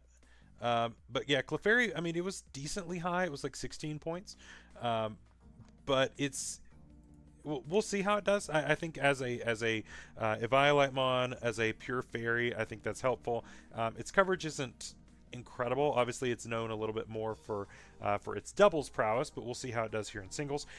Toadscroll, I talked about this a lot in the Showdown divisions. I think that it's quite good in this format. I think the Ike's weakness is not going to be that big of a deal, especially when you have double water supporting you as well. So that's pretty good. Skuntank next up, super bulky Mon, gets good coverage. I think that's going to be a good pick. Then you have Marini making double grounded poison and then into double water. So a lot of doubled up typings, several doubled up typings here, I guess. So just you've also got double ground on this team as well. So just a few different things that we've doubled up on. It's not horrible to have double water or double ground necessarily. Double poison's a little strange, but I mean it's not the worst thing. But yeah, Marini is going to be annoying to deal with. It's super bulky. It just sits on the field forever. And then Clawitzer is a little bit more offensive, where it's slow, but it definitely hits hard. Terra Illumise is a mon that I don't really know how to feel about Terra Illumise. I think that Illumise could do okay, although I'm really not sure what you do with it. I mean, obviously it's Prankster, but you could... You could go with like Tinted Lens too and go more offensive, maybe with the Terra. So that's an option, I guess. Pachirisu, cool, gives you an immunity to electric with your double waters, so that's good. You already had an immunity though with Toadscroll, I guess, so it's okay. Again, another electric weakness with the Rufflet, although that can Terra and go with something else. Normally love double water and low tier, but there's a million good grass types. It's true. Now, in fairness, Marini, it's Marini's neutral, but still, I don't know. I'm not sure how I feel about the double water here. But we've got the Terra on Rufflet and the Terra on Sandshrew. So this team, I don't know if I would say that it's insanely good. It's certainly not bad by any means. Your speed tiers are fantastic: 115, 100, 95, 85. Yeah, that your speed tiers are pretty good. You get a little bit of a drop after the Scun tank down to 60, but it's not the worst thing. You've got really good removal, so that's good. You've got Toad Scroll as your primary removal. You've also got the back pocket Sandshrew or Rufflet, which could be okay. 2 Rockers, 2 Spikers, 3 T-Spikers, which seems excessive, but still. You've got a lot of U-turns, Volt Switch, Flip Turn, Baton Pass. You've got a lot of that. So, I mean, those parts of it are good, but I think where we're going to struggle is kind of our defensive side on the on the types. So you're a little bit weak to fire, although you've got double water, so that's okay. Something I normally would not comment on, but in this I will. You have no normal resists. Normally I wouldn't say anything about it, but you don't have a fighting type, and so and nothing here really like outside of like Aura Sphere on Clawitzer. Most other things don't really use fighting type moves, so because I don't think Rufflet gets close combat until it evolves, so you're going to be a little bit pressed to take those hits from something like an Ursaring. Yeah, if Ursaring comes and starts wailing on you, I think that it's going to be a really difficult time to deal with that. As far as other weaknesses, flying is a little bit weak. You've got Pachirisu as your only resist there. Marini is your only fairy resist, so that might be a little bit tough as well. Your only dragon resist is Clefairy. Everything else is neutral. So yeah, a few things. I guess it's not as glaring as some of the others, but yeah, I mean you're for water, it's both your waters are your water resists. And I mean, let's be real. How often are you bringing both of your waters to the same match? Probably not that much, right? And so that's both fire and water that are relying on those double waters, and kind of to the same degree ice, because I wouldn't necessarily call Sneasel a switch in to ice. So that's the other part of it that's a little bit tough. So one wrong call predicting an ice move and you lose your one of those waters, then you might be in a little bit of a tough spot. So just something to be aware of. I don't know if this roster is as deep as I would say Grums is, but overall, I don't know. It could definitely put in some work. I'm excited to see what Illumise does, and we'll see from there. Next up is Darude, again joining us from the Sandstorm as always, and I'm always excited to see what he cooks up. He did not have access to Greninja this time around, so we made it a little bit tougher for him. But takes round 1 Frostlass, makes absolute sense. It's a great round 1 pick. Very nice offensive mon, can be physical or special. And then we get some unique stuff. Nobody else took Poliwrath, so obviously that screams rain. I don't believe we banned Swift Swim on Poliwrath. I do not see it. So could see some rain shenanigans on this, but a pretty decently bulky mon here. Pretty decently bulky. Water plus fighting is going to be pretty fun. And then you add Gligar on top of that. I think that Gligar is going to be super fun. It's going to be really nice. Obviously, there's no like Poison Heal shenanigans. It doesn't get that until it evolves. But still, the typing is great. Gives you a ground immunity. Not that this team is super ground weak, but I think it's going to be super fun. We then get Terra Quaxwell, super early Terra Captain. I think this was the earliest Terra Captain that was chosen in the whole draft in round 4. But we'll see. I want to see if this thing can snowball as well as Quaquaval, given the low tier nature of this. I still want to think that it's not going to go as well, because you're going to have to rely on Rapid Spin in order to boost your speed, rather than being able to use a water move that's a little bit more powerful. The other thing is that is your only means of removal, is the Rapid Spin on Quaquaval. So you may end up, I mean, it's going to have to run Rapid Spin every single week. It is. So that's the tough part about it. It's also pure water. We see double water again with the Poliwrath. So something to be aware of on that. Houndoom, I don't know how Houndoom is going to do. It is decently fast at base 95, and honestly, Darkfire is not horrible on the offensive side. Defensively, not so great, but offensively, we'll see how it does. Electric, I think Electric was a sleeper pick. I think Electric was a sleeper pick for sure. Being having no weaknesses, getting decent coverage. It's not as good as its evolved counterpart. It was on your SVP. It was your SVP. Okay. Listen, I'm all for Houndoom doing work. I like Houndoom. I think it's cool. I really hope that it does well. We then see Wiggly. Pretty cool. It's a fairy type that does not resist fighting is the only thing. So just something to be aware of on that. Then we see Swalot. Swalot, I think, is going to be a standout. Swalot works just fine in normal tiers, much less here. So I think the pure poison typing, it's pretty bulky.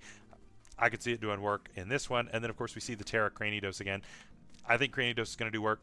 Head Smash is going to do a million with this thing. Really cool. And then we see Terra Porygon in the last slot. And not the only Porygon that was drafted in this league this time around either.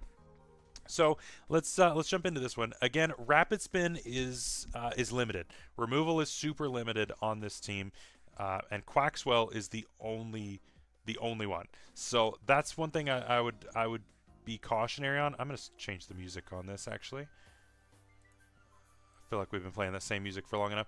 Let's switch over to some Mystery Dungeon. So, yeah, Quaxwell is the only means of removal. So, I mean, you were already going to only be running Rapid Spin. You're always going to be running Rapid Spin on this no matter what. But it just feels like a little weird in case you wanted to run like a Scarf variant. So that's the only thing that could be a little bit tough. But yeah, so that's just something to be aware of. We have 2 Rockers, 2 Spikers, 2 C-Spikers. That's good. We've got quite a bit of momentum, Volt Switch, U-Turn, Flip Turn, Baton Pass on a few things. So not too bad. As far as our type charts go, let's see. 1 Fairy Resist in Swalot, albeit a good Fairy Resist. 1 Rock Resist in Poliwrath. So that's something.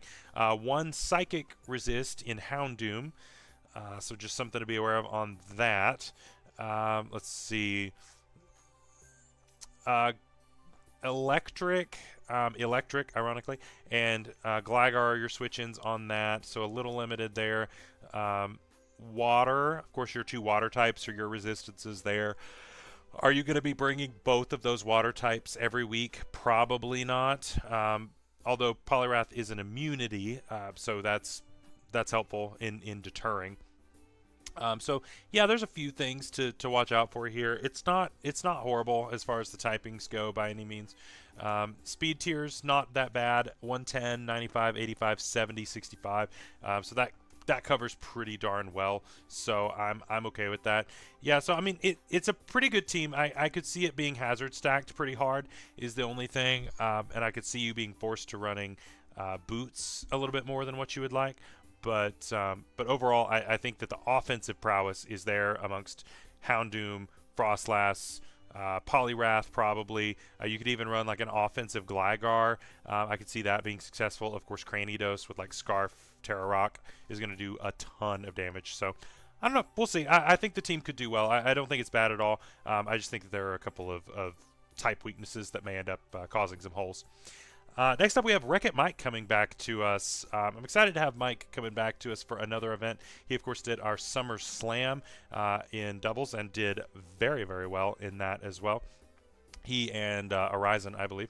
Horizon did not join us for this league, but he's also doing another league that's doing very similar rules. But he's on our replacement list though, so if anybody decides to drop, we may end up seeing him again. So here we see round 1 Sneasel and round 2 Blastoise. This is an incredible pairing. Very, very strong for the first 2 picks. Sneasel, of course, is probably one of the strongest offensive types in the game. Again, you've got the poison for the few fairies that are out there, but more so, it's those fighting types for all those other ice types, for all the normal types that are out there, for those few steel types. This covers all of that. It's very, very strong. And then Blastoise, again, being the premier rapid spinner in this format. Very strong. So really, really good start there. Palisand is really nice, giving you that electric immunity to help out Blastoise. Really cool stuff. And then Morgrim to give screens. Morgrim giving screens to Sneasel is gross. That's very strong because that is free Swords Dance, and this thing outspeeds almost everything in the format. Very, very good Mon there. Speaking of something that is fun and wants to do things. That Pikachu. We haven't seen Pikachu yet, although this will not be our only Pikachu. I think that Pikachu is going to be a fun pick. Again, it's another electric immunity for the Blastoise. And Light Ball is allowed. So while its stats, its offensive stats don't have a very high number, when you add Light Ball to it, it becomes very serious, and it becomes something that needs to be respected, especially with Volt Tackle going on. This thing can be strong, but it can be physical or special, and I think it's going to be fun. We see Terraquilodon again. I think that's going to be a super fun Mon. And then 7th round Charizard. How did this happen? How did Charizard make it to round 7? Absolutely insane. Very strong offensive Mon. Really good fire type here. Makes total sense to grab that. Then you have Hatchram as another Terra Captain. I'm pretty sure Hatchram has been taken and named a Terra Captain in every division so far. And it makes sense. I think we're going to see some success out of that. Terra Cufant, again, I like Cufant as a Pokemon. I don't think it's all that strong, but I think that as a steel type, it's something that he needed, and I hope that he does well with it. It gets pretty decent coverage, but its stats leave a lot to be desired, unfortunately. But who knows? With a Violite, maybe it'll do some work. And finally, can't leave out the Eevee. So you got the Let's Go team. This is the Let's Go team. You have both Pikachu and Eevee going on. Then you also have 2 other Gen 1 starters in Charizard and Blastoise. Wreck-It Mike's just giving us a throwback with this team. And I think it's going to be a really, really fun team to watch go nuts. Speed tiers are pretty good. Actually, the speed tiers are nearly perfect, I would say, on this team, to be honest. 115 on Sneasel, 100 Charizard, 90 Pikachu, 78 Blastoise, 70 Morgrim, 57, just shy of 60 on Quilladin. Yeah, I mean, you can't really ask for much better on the speed tiers. So really good there. As far as your typings go, there's not a ton of glaring weaknesses that you can't really cover. I mean, pretty much every type has at least 2 mods that resist it, and so to me that's sufficient. So yeah, every single type has at least 2 mods that resist it. That's really good. That's really, really strong. So there's not any like glaring holes there. You have only 1 Rapid Spin Mon, but it's a Blastoise. Probably the best Rapid Spinner in the format, so that's fine. It's always going to have Rapid Spin anyway. You got 2 Stealth Rock Mons, a Spiker and a T-Spiker. Again, not bad there. And you've got, I think, 5 means of momentum. Not bad. Yeah, Mike has built a really strong team. Mike's team is really good. I think it covers itself really, really well. The typings work well together. The utility works well. You only need the 1 spinner. It's a throwback to Gen 1. I don't know what else you want. It's really good. I think Mike has built a really good team. Next is Zenkai, back from retirement once again for like the 5th time at this point. Every time he tells me he's going to retire, I say, all right, okay, whatever, and then he comes back the very next time.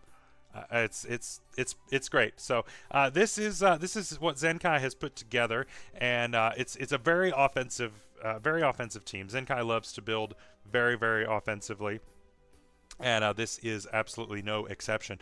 We have Flareon kicking us off with the Hitmontop not far behind. So 2 very good offensive Mons, a Premier Spinner with Hitmontop, so very good there. With Blastoise gone, this one makes this. Actually, Blastoise was still around at the time, but ended up going with Hitmontop here. Into the Toxtricity. Again, Toxtricity is a little bit nerfed in this format, but still, I think it's going to be quite good. Then we see Altaria as another means of removal. So overall, this top 4 core is kind of a bring every week type of core. I think that you can really see some success with that. And then we go to Golem. I think Golem is kind of slept on in this format. Obviously, its typing is pretty bad, but its stats are not that bad. And of course, you get the ability to have like Custap. You can set rocks reliably. You can explode. You can do all of that stuff. And I think that it's going to do just fine in this format. Now, the mon that I'm excited to see do work is Terra Pelipper. I think this is a sleeper pick. I think that everyone else kind of missed this, and I think that this is going to be good. Now, it's not going to set drizzle. It is not a drizzle mon. It can't set rain, but I think that when you take away its horrible typing, I think you've got a pretty decent offensive, bulky little mon here. It's got base 100 defense, pretty good, and base 95 special attack. For this format, that's pretty good. And so I really think that you're going to see some success with that. I'm excited to see what it does. You also got Terra on Tinkatink. Again, I don't think that Tinkatink is the best Terra option just because it likes its typing. Its typing is really good. So, yeah, you've got Baby Meowscarada. I think that Florigato is going to be a fun pick. Is it going to do a ton of work? Probably not. It's going to be more of like a U-turn bot most of the time, I think. Although I'm not sure if it even gets U-turn, which is a little bit discouraging. Definitely does not get Flower Trick. So I don't know. We'll see how much we see this if it doesn't have those tools. Again, Drowsy. I like Drowsy. Drowsy to me is kind of like the poor man's Screamtail. I think that it's got a similar typing, obviously, but it gets like the bulk up, it gets the Calm Mind, it gets a lot of coverage on both sides. It can do a lot of different things, and I think that this mon can cook. I think it's going to be a really fun mon. I would honestly prefer to see Terra on it over Tinkatink, to be honest, but we'll see. Impidimp, here we are again with Impidimp. Again, a fantastic value mon to be able to set up those screens and then set up something with like Flareon. So that could be really, really strong. Maybe even Altaria with Dragon Dances. Both can be very good. We do get the Terra on the Minccino though, and yeah, he comes back to the void. He leaves, comes back, leaves, comes back. It's all good. But yeah, so we see Terra Minccino. We'll see how much this comes. To me, this team is a Terra Pelipper almost every week kind of team, but we'll see. And then we also have the Pocket Webs with Grubbin at the very end. So very interesting team comp here. I like it a lot. But let me see what we got here. So overall, I don't think it's the worst thing. I think your speed tiers are not the best. They're not the worst, I guess. The team is overall somewhat slow. Your removal is pretty good. Of course, you have Rapid Spin with Hitmontop. You also have Defog with Altaria. So that's not too bad. You've got U-Turn quite a bit. You've got several U-Turn mons. Yeah, so I mean, you've got U-Turn Minccino, U-Turn Pelipper, Parting Shot Impidimp, Baton Pass Minccino, that kind of thing. So Volt Switch on Tuxtricity. So you've got that. You've got some webs in the back pocket. You've got some rocks going on. You got what two rockers. So you're looking pretty good, honestly. I think that all looks okay. Yeah, just overall, I think the team's a little slow is the only thing. I think you've got some decent speed mons on here, but I think that it's a little bit limited. I just don't want to have to rely on the webs to slow things down a lot of the time.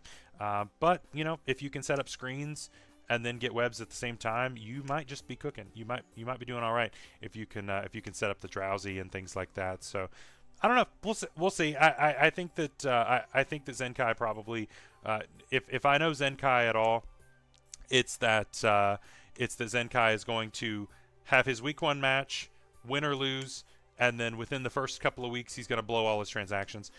He does it almost every time. So this may not even be the same team that you see by week 2 or 3. So we'll see. But yeah, we'll see what he does. Next up is going to be Nikki, and I'm excited to see what Nikki does. I don't believe Nikki's been in the chat, but we got the Montreal Roars coming to us, and a really fun team overall.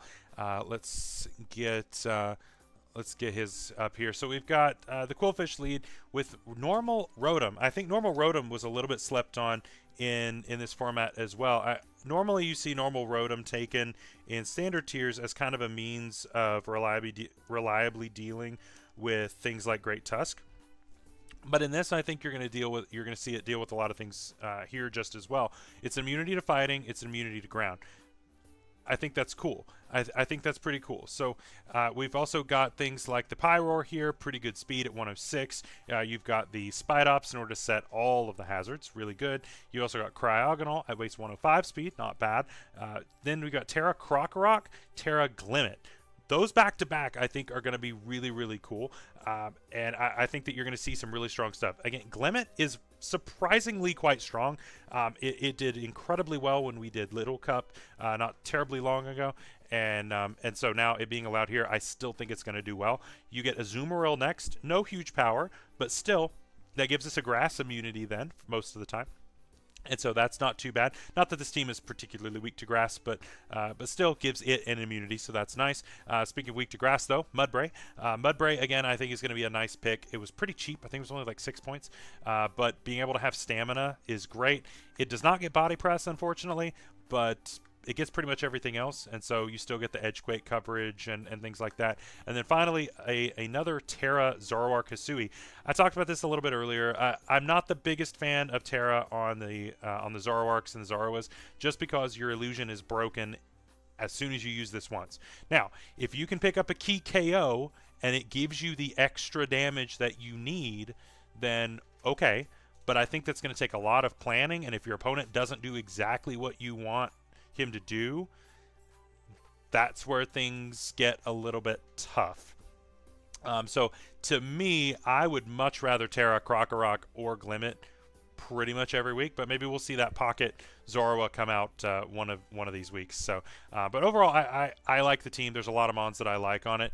Now let's see what we've got here as far as the Cryogonal is our only rapid spinner, so a little bit tough there. Probably going to be locked into running boots most weeks, which isn't always the best. Cryogonal likes running other things, although I love Cryogonal.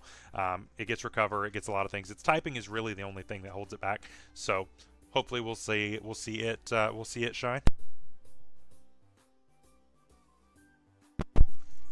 We get 3 means of Stealth Rocks, 3 means of Spikes, 3 means of T-Spikes, and a Sticky Web. Fantastic on the hazard front. We get 4 means of momentum, so not horrible, although I would say that that's kind of on the low side. But let's see, as far as our speed tiers go, they're not bad. 106 and then 105 right next to it. 91, 85, 74, 70, 60, 50. Yeah, not too bad. So I'm not too concerned on that side there. As far as our typings go, Psychic might give us a bit of an issue just because our only resist is Krokorok that might end up terraing out of it. So just something to watch out for there. Dragon, I know there's not that many dragons, but Dragon is a bit of a problem just because we only have Azumarill. And I would say that Azumarill is probably going to come a little bit less just because it doesn't have huge power, albeit it is your bulky water here as well. So, I mean, it makes sense to bring it a lot.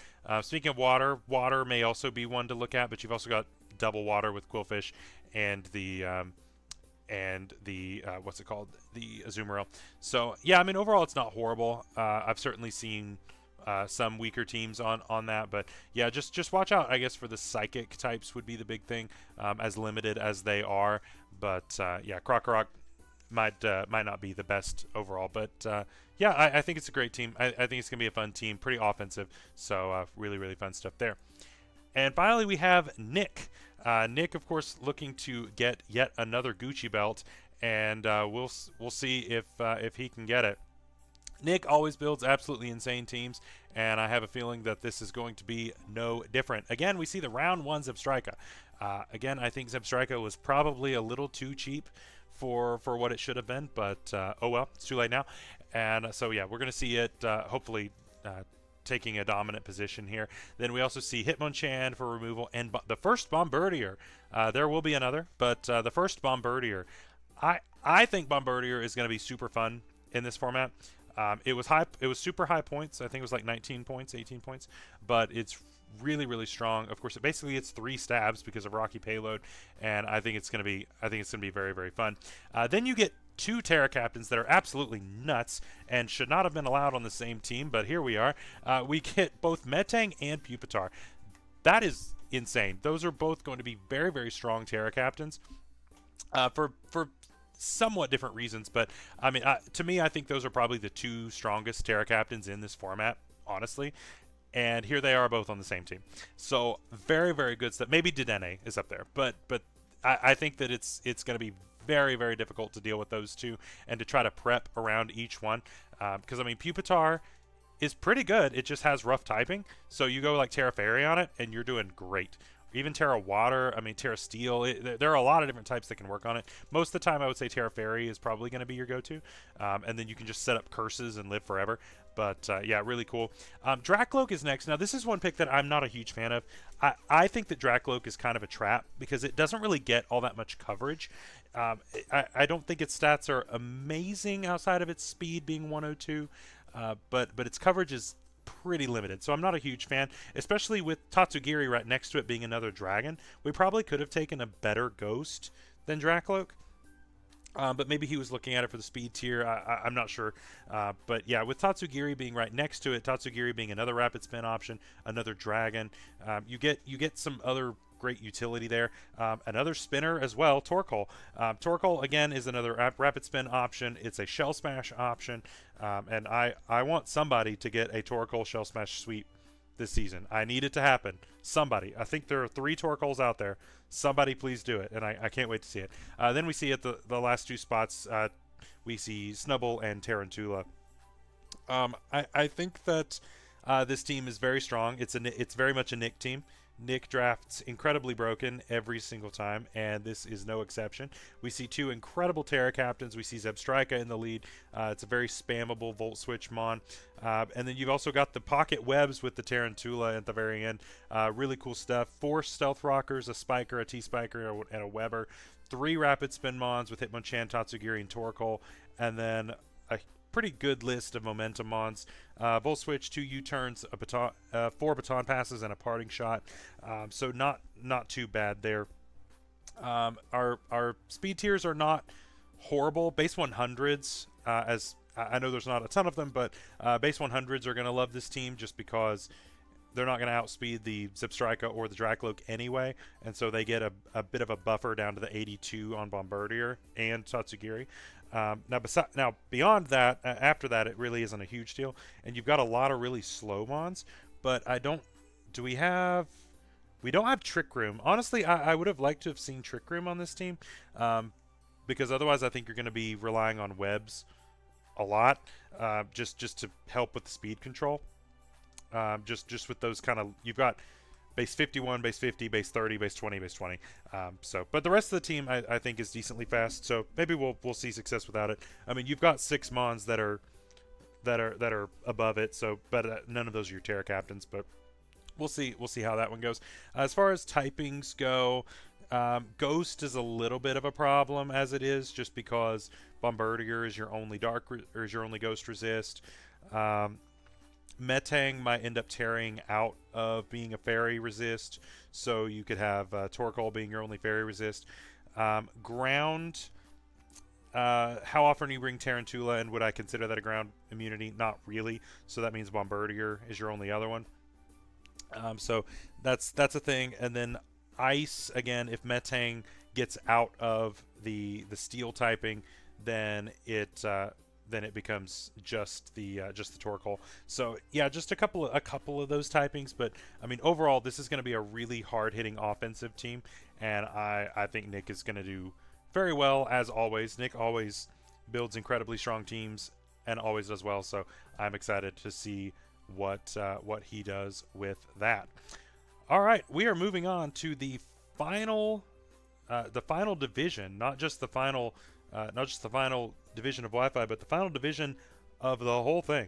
And so we are bringing it all the way to the Frostlass division with Guard My Pass, somebody new to draft. I believe Guard My Pass has only done one other league before, and so I'm excited to have a new face over in UNPL. So very, very cool stuff. Now this team is very interesting, and I wanted to kind of talk through it a little bit. I have talked to now Guard is actually my week 1 opponent, so and Guard and I have actually already played. So I have talked to Guard a little bit about this team, but I will kind of give a little bit of a gist on what what my thoughts were on that. But yeah, so we got Ursaring. Obviously, Ursaring makes sense. Round one, that makes total sense. Sniped it off of me. I wanted that, but oh well. We then get Levani, round two. The only Levani, I think, in the entire draft. It's a web setter. It's pretty frail, but it's pretty fast at base 92, so not horrible. Then we see something else that I was kind of considering, and that's Torracat. Torracat's pretty good. I like Torracat a lot. I think that with webs, it's a really good parting shot mon. It's pretty good. Then we get Glaceon. Honestly, we're off to a pretty good start. I think that these mons together are all pretty good. They're really offensively, pretty offensively strong. You've got the webs option with Levani to help out with Ursaring being a little bit slower, and of course Ursaring gets Trailblaze to help with that speed. Now's where the team gets a little bit. Glaceon's a monster. Yeah, it is, and I think Glaceon's a great pick. I really don't mind Glaceon at all. Here's where the team gets a little weird. We see double Vulpix. We see Vulpix, Alola, and regular Vulpix. Now, this does not break any kind of species clause as long as Guard does not bring both of them to the same match.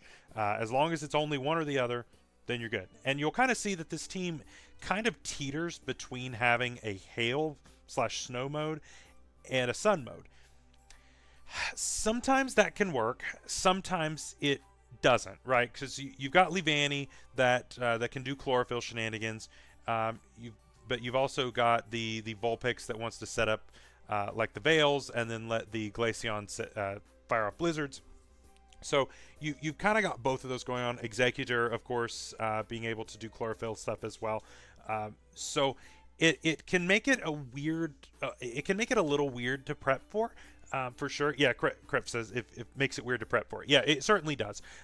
So prep was really weird for this game. And then you've also got Terra on Braixen. I like Terra Braixen. And then we run into Zorua again, another Terra Zorua. Same issues I've said before. You only get the one surprise, and then that's it. And then we get Prinplup, and we get Executor. Overall, it's a pretty weird team, right? Overall, I would say that this team is quite strange, and let's kind of break this down here, right? So as far as our speed tiers, our top speed is 92, not horrible. Although again, I would prefer, if it's round 2, I would prefer us to grab something in the 100 range.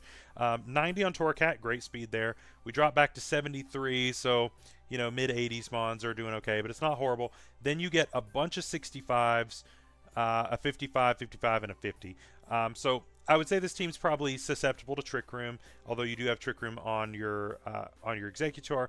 But I don't know, it's not a huge deal. If you're facing a team that's a really fast stuff, then you set Trick Room on Executor and then go nuts with the Ursaring. That could be pretty good. Here's the glaring weakness, though. Where's your hazard removal? It does not exist. There is no hazard removal on this team. And you have, let me count them, 1, 2, 3, 4, 5, 6 mons weak to rock. So Stealth Rocks absolutely destroy this team. That's a big issue. And I will say that just hazards in general are not good for this team. You don't have any way to get rid of opposing webs if somebody is going with a webs option. Now again, if you see webs coming, you could always Trick Room, but that's a little bit of a difficult thing. You only have sticky webs on your team. You do not have any kind of rocks, spikes, or T-spikes. Going to be buying out the entire shoe store with the boots. Yeah, that's true, and that's the tough part, is that it forces the team into running heavy duty boots when a lot of these mons want to run Eviolite or like specs or something like that. Ursaring doesn't really mind any kind of T-spikes, but it mines rocks, it mines spikes, it mines all of that stuff, and it can't really run anything else. Levani would like to run a Focus Sash most of the time, probably. The Glaceon probably wants to run like Specs or Scarf or something.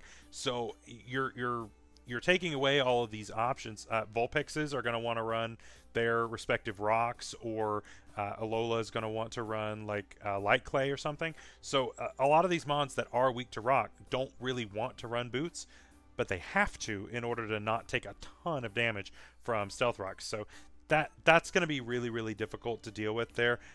There is no flying resistance. There is one poison resistance in Zorua. I would not call that a resistance. Um, Ground resistance, you've got two. Okay. No dark resist, no dragon resist. Um, one normal resist, again, in Zorua. Again, I don't exactly call that like a switch in for things. That's more of a mon you bring in raw. So, yeah, overall, the typings are not working for me. I would say that this team is going to struggle as it stands. I don't mind the mind games in prep. I really don't. And of course, there is some offensive stuff. Ursaring can absolutely run through teams. I'm not denying that at all, especially with some web support. But if your opponent sets up Stealth Rocks turn 1 and you can't get rid of them, this team is going to take so much chip. And if Ursaring doesn't carry the whole team, I think the whole team falls apart. So I personally would recommend some transactions on this team, and we'll see what Guard decides to do. Next up, oh, how did this guy get in the league? They keep letting him back in here, and I really don't know what's going on. Just some weirdo that they keep letting play. Yeah, this is my team, and so I have built something very strange, but I think it's very Dapper-esque. So we've got Frostlast leading off. I wanted Ursaring, but here we are taking Frostlast. I went with something a little bit faster, and so I wanted to have some quick options there. Next we have Bombardier. Again, it's a mon that I wanted to use for a while. I've not had really the chance to pick it up and use it. So glad you picked up Hakamo'o. Yeah, I'm the only person who took Hakamo'o. We'll get to that one, but yeah, I'm the only person who took it in the whole league. We get Wartortle next. I believe Blastoise was still available when it got back to me round 3, but I didn't feel like I wanted to spend all the points on Blastoise, so I decided to devolve it and go with Baby Blastoise with Wartortle. So I think that it's going to be a little bit fun. Considered it, but I just finished using it in another league. Fair enough. Yeah, I think Wartortle's going to do some work here as a rapid spinner, flip turner, that kind of thing. It gets most of the tools that Blastoise gets, at least on the defensive, like bulky water kind of side. We really don't need all the offensive stuff on Wartortle, so I think that's fine. Next is Berserker. I have wanted to use Berserker for a hot minute and have not done it. I think this thing's going to be a massive threat. It gets incredible coverage, Tough Claws boost on top of everything, or Steely Spirit if you're wanting to just spam steel moves for whatever reason. I think that this is going to be a really, really good mon. And honestly, like, all 3 of its abilities are good. To be honest, like, Battle Armor is not the worst, especially given my luck. I get crit constantly, and so, you know, could help out with that. I then jumped down to take Mudbray as a ground type. I thought that it was decent and a good value for the points. Again, no body press, but still not a horrible pick. And then Pikachu. I wanted to use Pikachu. I haven't used Pikachu in several generations, actually. So I'm excited to bring this back out and hopefully do some work with that. Then my 2 Terra Captains, Ariados and Pignite. We've got some webs access there. We've got Pignite with Thick Fat that can hopefully just be kind of bulky and not really care. Then finally, you've got the Snover and Hakamo'o. Snover, it probably isn't going to come all that much. It's got bad typing, and it's really only there just for snow to kind of activate the Frostlast. And then Hakamo'o, though, is super cool. Its stats aren't that great, but it gets pretty much every move outside of the clanging moves, and so it gets pretty much everything you want. Swords Dance, Dragon Dance, you name it, it gets it. And so I'm excited to let this one rip this season. I think it's going to be a ton of fun. I'm obviously not going to rip my team apart super hard because I've already done that in my head a lot. The typing is fine. The typings are okay. The speed tiers are not incredible, I would say. They're okay, but there's certainly a pretty big gulf in my speed tiers that I may have to fix later on. I only have 1 rapid spinner, but I've got enough. I've got a lot of hazards. I've got a lot of momentum. So yeah, overall, I'm happy with my team so far. We'll see how long that lasts. Next is Tony Torko coming back to us from last season. I was finally able to convince him to get back into draft with us, and I think he put together a pretty fun little team here. Of course, leading off with Sneasel, Hisui into the Samurott. Again, I'm a Samurott believer in this format. I think it's going to be fun. We'll see how it goes. Gligar as the third pick. I think Gligar is going to be super fun, both defensively and it can be offensive. Because, again, 85 speed is not horrible in this format. We also get Ampharos. Ampharos is a really nice offensive mon. It's pretty bulky for the tier, and it hits pretty dang hard, honestly. 115 special attack is nothing to scoff at. I think that's the that's the highest attacking stat of his entire team. And it only barely beats out Samurott, ironically. Samurott and Leafeon. So I think that it's going to be a really, really fun pick there. He brought the mascot again, this time not rocking the sun, but still, I know that I want to see the Turtle Club Torkoals take a Shell Smash sweep with Torkoal, and we'll see if it happens. Then pairing it with Leafeon is interesting. So he could go for like manual sun type of stuff, and then set up the Leafeon to go nuts. We'll see how that goes. We then see the Tinkatink, again, a great value pick, I think. Amazing typing. And then 3 Terramons with Apom, Poliwhirl, and Arctibax. Not a bad team. I certainly like this team a lot. I think there's a lot of good stuff here. As far as your typings go, honestly, there's not a ton that I'm like not happy with. Dragon, we see a little bit of a weakness, but obviously you've got a Tinkatink for that. We might want to see one other thing, like he's compressed his roles so much in this with that, so that's something to be aware of. But maybe we'll see like Terra Steel or Terra Fairy on some things, and maybe that'll help with that. Ghost, same thing. Apom is the only resistance to Ghost, so obviously that's not really a switch in to anything, so gotta be a little bit careful on that. Psychic, again, we don't really have a resistance outside of Tinkatink. So yeah, Tinkatink's going to be carrying a lot of the defensive backbone here, which, I mean, it can do, but it's got to be the resistance for normal, for psychic. It's one of the 2 for flying, for rock, kind of, for dark, for dragon. So I mean, it's got to be, it's carrying a lot of weight with that typing. So just something to be aware of, that if Tinkatink gets chipped, then it could be difficult to take things out in the late game. So just something to be aware of. As far as the speed tiers go, they're actually pretty dang good. 115, 95, 90, 85, 78, 70, 62. Yeah, so that's pretty good. Torkoal is the only rapid spinner, but again, I think it's going to be pretty good as a rapid spinner in this format. 2 rockers, a spiker, 2 T-spikers, pretty good, and quite a bit of momentum. So not a horrible team, honestly, by any means. I'm excited to see what he does. Going away from the gimmicks, he brought a Sun team to last season, but this time it's a little more generic, and I think he'll do a little bit better. So excited to see what Tony actually ends up cooking up for us. Next is Crep. Crep, the #1 chatter. Let's go. Crep has built an incredible team. Crep, of course, is coming off of a victory last season with us, and I think Crep wants to do it again. And so we'll see what comes together. Would you look at it? Look at that. You got the little #1 next to your name, and here we are talking about you. So round 1 Blastoise. Again, I said that earlier that I felt like Blastoise might be a round 2 mon. Well, it doesn't freaking matter when you get Sneasler round 2, does it? Because you got 2 round 1 mons on the same team. So yeah, the combination there is absolutely incredible. Really, really good stuff. Those are going to cover each other really, really well, I think. Yeah, I don't know how Sneasel made it back. I mean, it's at least it's not as bad as round 5 Sneasel, which is crazy. Round 5 Sneasel from Showdown, but still, round 2 making it back, wild. Then the Luxray, again, classic Crep stuff.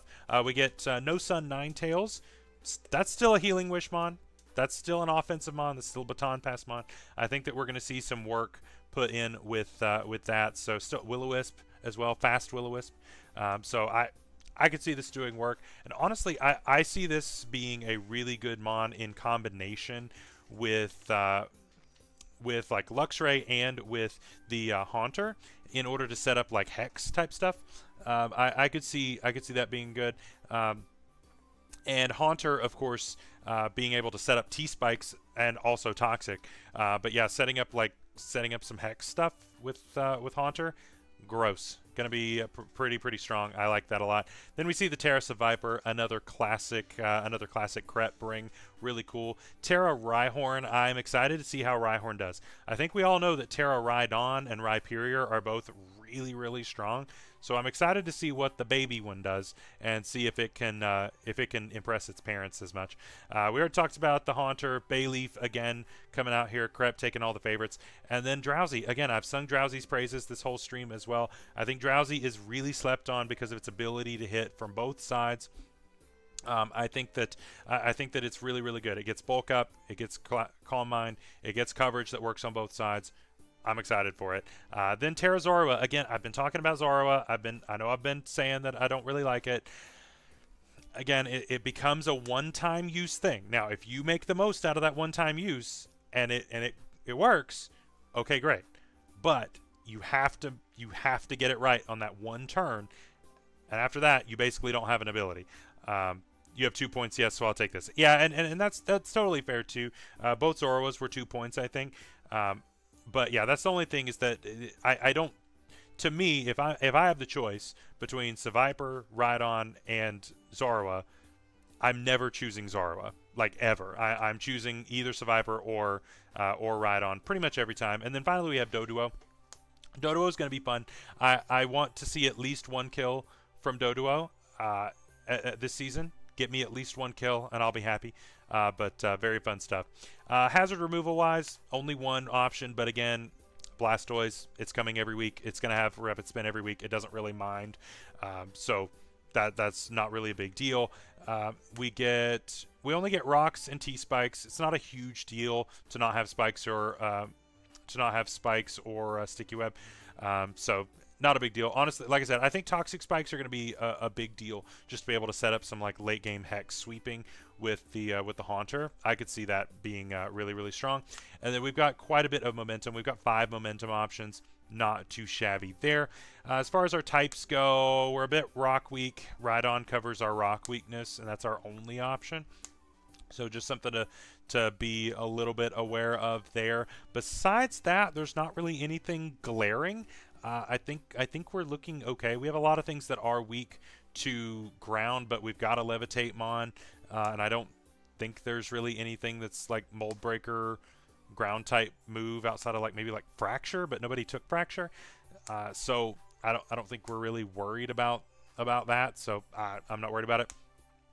So yeah, overall that looks good. We don't have any resistances to what's it called, to Dragon. We don't have a Fairy. It's the only thing. So we may be forced into going Fairy like Rhydon or Fairy on Seviper a little bit. Yeah, that's true. Bayleaf does cover the ground moves pretty well, so that's good. So yeah, just maybe Dragon, but again, there's not that many dragons in the format. So unless somebody's able to get really set up with a dragon, you're probably fine. Yeah, there's not really anything like hugely glaring to me on this team, so I can see it doing really well. The speed tiers are really good. 115, 100, 95. A little bit of a drop to 78, but that's not bad. 75, 70, 65, 60. Yeah, so the speed tiers are fine. This is a strong team, as always, from Crep, and Crep's getting to use the favorites. So what do you want? What's not to love here? I am not looking forward to facing this team. I'm just letting y'all know right now. Not looking forward to it, but we'll see what happens when we do. Zand, I saw Zand earlier. Zand was here not too long ago, so we'll talk bad about Zand while whether he's here or not. Seviper and Luxray both return, absolutely, and I'm excited to see what they do. So with Zand here, we got round 1 Primate, absolutely, and into Dodrio. I like Dodrio. I think it's fun. Now, I like it with Terra, obviously, but usually you need Terra in order to get those extra kills. Maybe you don't need it on this one. We'll see. But yeah, Primeape is going to be absolutely disgusting, especially since you have Shroodle on there to help with helping to set that up. Again, Shroodle comes in, parting shots. You go into Primeape. You take a weakened hit. It helps to set up Rage Fist. Gross. Then you have on the special side, you have Houndoom. You also have the Toad Scroll, which is a pretty good offensive mon. Overall, really solid top 4, and then Shroodle helping out. Misdreavus, I think we've all probably dealt with a Misdreavus at some point in normal tiers, and we all know that it can be a problem. Now, normally it has Terra, and Terra Fairy is gross, but this does give both a ground and a fighting immunity, and normal, which is worth mentioning here. So overall, that's going to be really good. We do see Quaxwell next. Never dealt with it, but I've used it many times. It's evil. It is. It absolutely is. Don't let the little smile on its face fool you. That thing is pure evil. Quaxwell, no Terra. Again, I don't know how much we're going to see this as a water type. I think it really wants Terra if it's going to be doing anything, and even then I don't know that I'm going to be that impressed by it. I think as a spinner it's going to be Toad Scroll most of the time, so maybe that frees this up to do other things. I don't know. But as far as Terra options go, it's going to be Dedenne most of the time, right? I think Dedenne is a really good option for being a Terra captain. It's very fast in the format. It gets really good coverage. Cheek Pouch, of course, can basically give it 2 lives, which is nice. So I think it's going to be a really fun pick there. Terra Porygon, I really don't know how this is going to work. I'm interested. I'm interested to see if we see like a Terra Fairy or Terra Ghost or something like that, and this thing, you know, fire off tri-attacks and get super lucky. I don't know. I really am not sure what we're going to see out of this, but I'm excited for it. Golem, again, I think Golem is great. I think Golem is a nice pickup there at the end. And, of course, Terra Shroodle there for some prankster shenanigans. We already mentioned the 2 spinners with Toad Scroll at Quaxwell. I think most of the time you're going to relegate that to Toad Scroll, but maybe this gives you the option to be a little bit more offensive on Toad Scroll. A couple Stealth Rocks, and then, of course, you get T-Spikes and Spikes from Toad Scroll. We get quite a bit of momentum, Volt Switch, U-Turn, Flip Turn, Parting Shot, and a few Baton Pass Mons, so not too shabby there. As far as our typings go, we're pretty weak to Fairy. I say weak.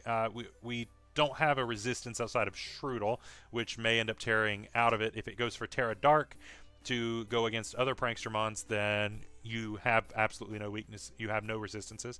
Houndoom is your only switch into Psychic, so that's a little bit difficult. Fighting, you've got Dedenne, which may tear out of it, and then of course you've got the Mischievous, but again, watch out for the Stray knockoff, so that could be a bit of an issue. And then Water, your only switch in is Quaxwell. I don't know that I would call that a switch into anything really, so that's the only thing. So Water might be a bit of an issue. Speed tiers, pretty good. I'm not really upset about the speed tiers. You've got a lot of speedy threats. I mean, heck, you've got 110, 101, 100, 95, 95, 85. I mean, that's a really good starting lineup there. So yeah, overall, really solid team from Zand. I'm excited to see Zand get something other than second place. We'll see what happens. Next is Ruppy. Ruppy, a fellow commissioner once again, and I am excited to see what Ruppy has put together here for the Columbus SWU coming back, and hopefully this will also be the return of the Ruppy uploading, and I will hopefully we'll get to see that. Actually, Ruppy got a new computer that I built and shipped all the way across the country to try to get Ruppy in a better position for both doing the Blender models and for content creation. So hopefully we will get to see that computer in action this season. I hope so, at least. So let's go ahead and take a look at this team. We've got the Quillfish Hisui. We've got let's see, we've got Girder going on. Again, Girder is a fantastic fighting type. We've got the Thwacky, pretty cool. Again, we see the Thwacky plus Girder combination once again, and it being with Quillfish is also really cool. Being able to give that passive healing to these mons that want to run a Violite and can't really have that healing outside of, you know, Drain Punch on Girder. You've got regular Rotom. Again, we talked about that. I think that's a really good pickup here. Sliggoo Hisui, I think, is going to be a fun pick. Again, it's really cool. The only thing is that it is a steel type that does not resist Fairy, is the only thing, so gotta be careful about that. Whiscash, again, Grum was talking about Whiscash earlier and how much he likes it. I think Whiscash is going to be fun. The typing is nice for the format, so that's cool. Terra Carkol, again, talking about Grum, we see a little bit in common there. But yeah, Terra Carkol is going to be a fantastic pick.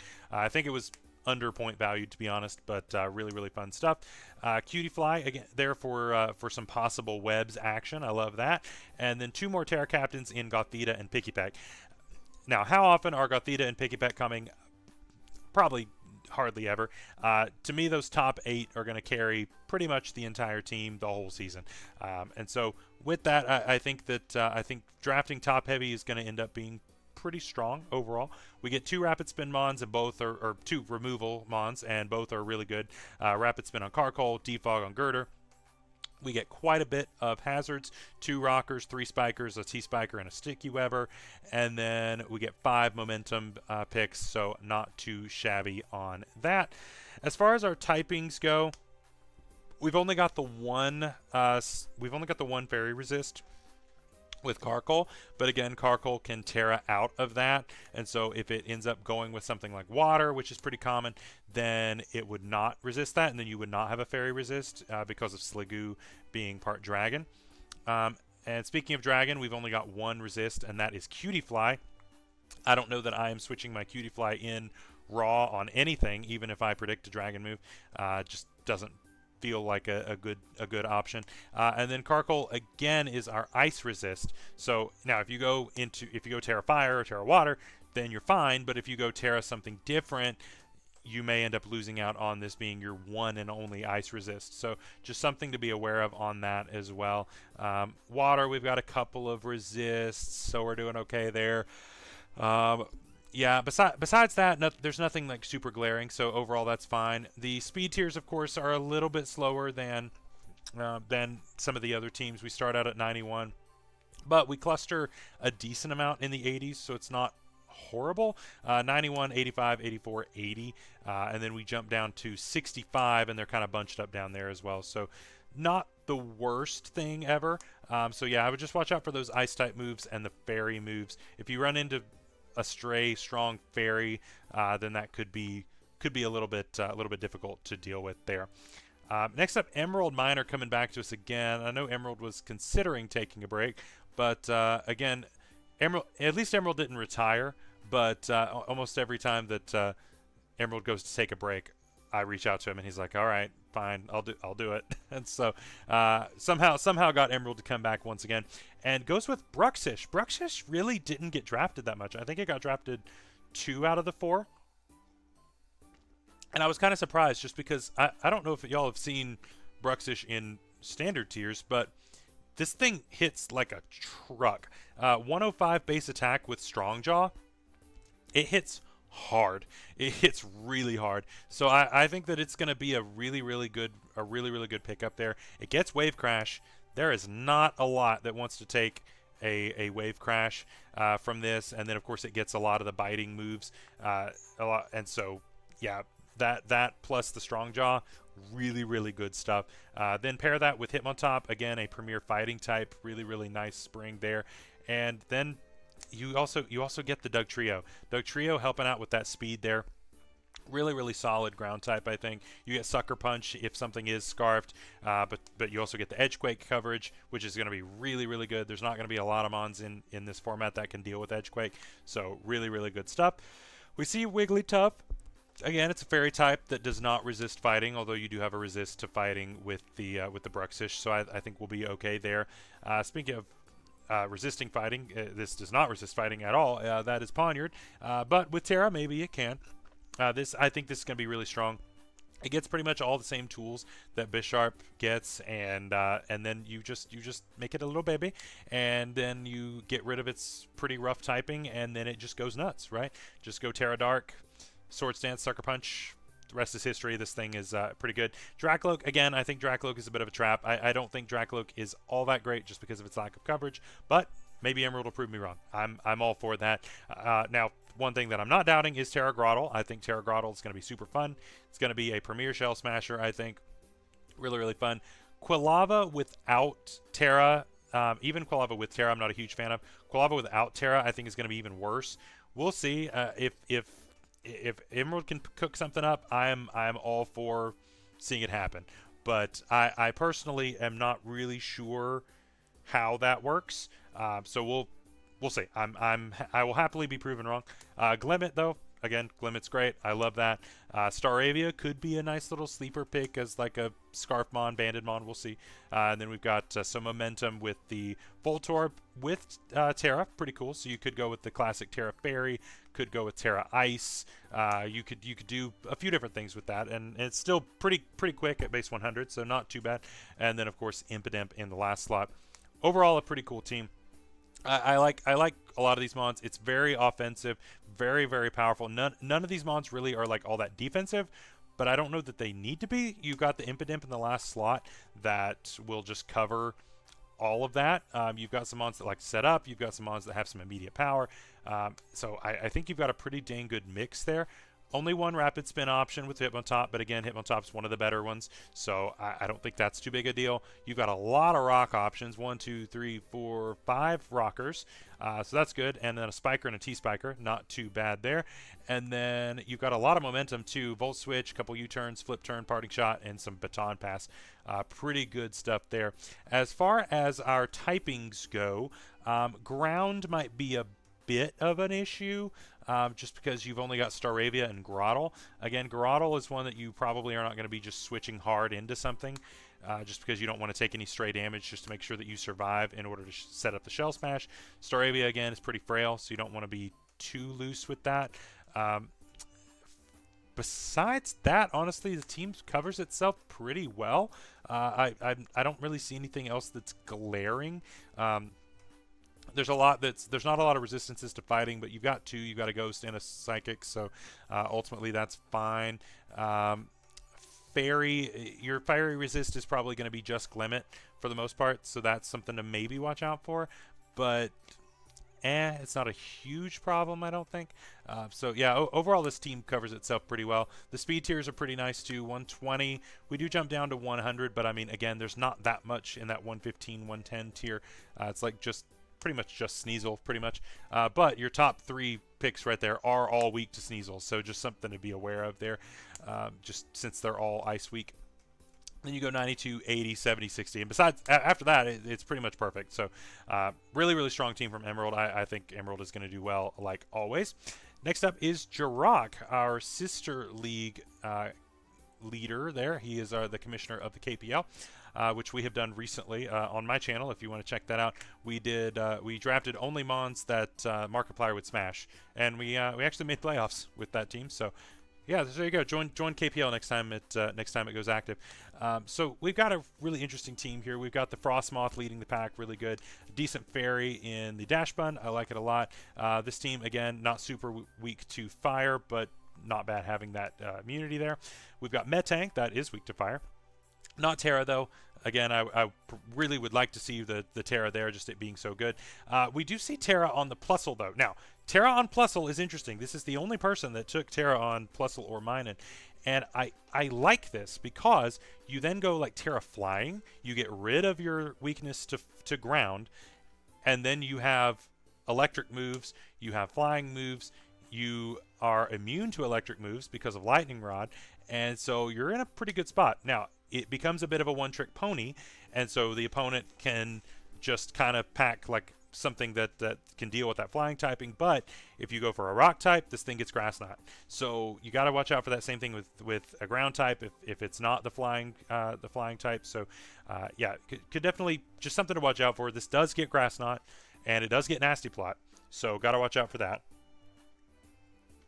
We also have a water immunity in Tatsugiri, so that's pretty cool. Helps out the next Monferno, which is not too bad. And you've got the Fire, Water, Grass core just goes right on down the line with Gloom.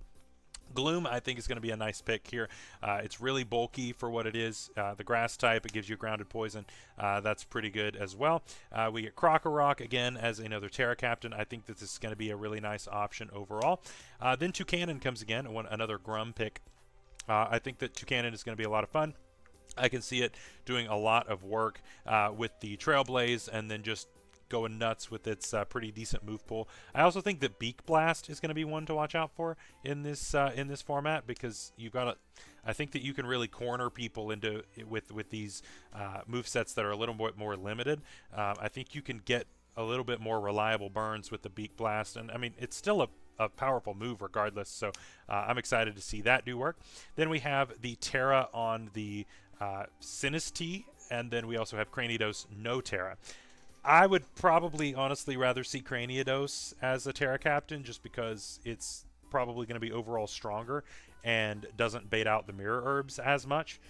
Just because I think that Mirror Herb is going to be super free on the Sinistea. But either way, we'll see what Jirachi ends up wanting to go for on that. So as far as our speed tiers go, they're not horrible. We do start at 95. We don't have anything 100 or above. Again, probably could have taken at least one Mon that was up there, but it's okay. 295 Mons is pretty good. Then we have 82, 81, pretty good, catching the base 80s. 74, 65, 60, and then we're okay from there. So not horrible by any means. We've got Rapid Spin on Tatsugiri. The only thing is that Rapid Spin is probably going to have to be on Tatsugiri every week, just because there's really not any kind of other reliable removal here. You've got Defog on Frostmoth, but who wants to do that? Not me. You've got 4 Stealth Rockers, and that's it. You don't have any other hazards. And then you've got quite a bit of momentum, Volt Switch, 3 U-turns, and some baton passes. Not too bad. You've got like 3 knockoff Mons, so that's not too shabby. As far as our type weaknesses go, it's not horrible. There's nothing that's like super glaring, honestly. You've got pretty much 2 resistances to every type, which is typically what I would say is the minimum. You've got a lot of ground weaknesses, but you've got a Frostmoth. Again, I don't know that I would want to switch that in hard, but if you do, then it works out. And then you've also got 2 cannon, so that's not too bad. Psychic, you've got a couple of resistances, although Krokorok might end up tearing out of being one of those. But Metang covers you there, so should be just fine. Ghost, again, if you tear a Krokorok, then you're down to just the 2 cannon, and again, if you catch a different type move that you weren't looking forward to, then that could be a problem. And then Fairy, Metang, again, carries that, with Gloom helping it out for the Fairy typing. So yeah, I mean, overall, it's not a bad team. I think that Terra Plusle is going to be a standout, and I'm excited to see what gets cooked up on that team there.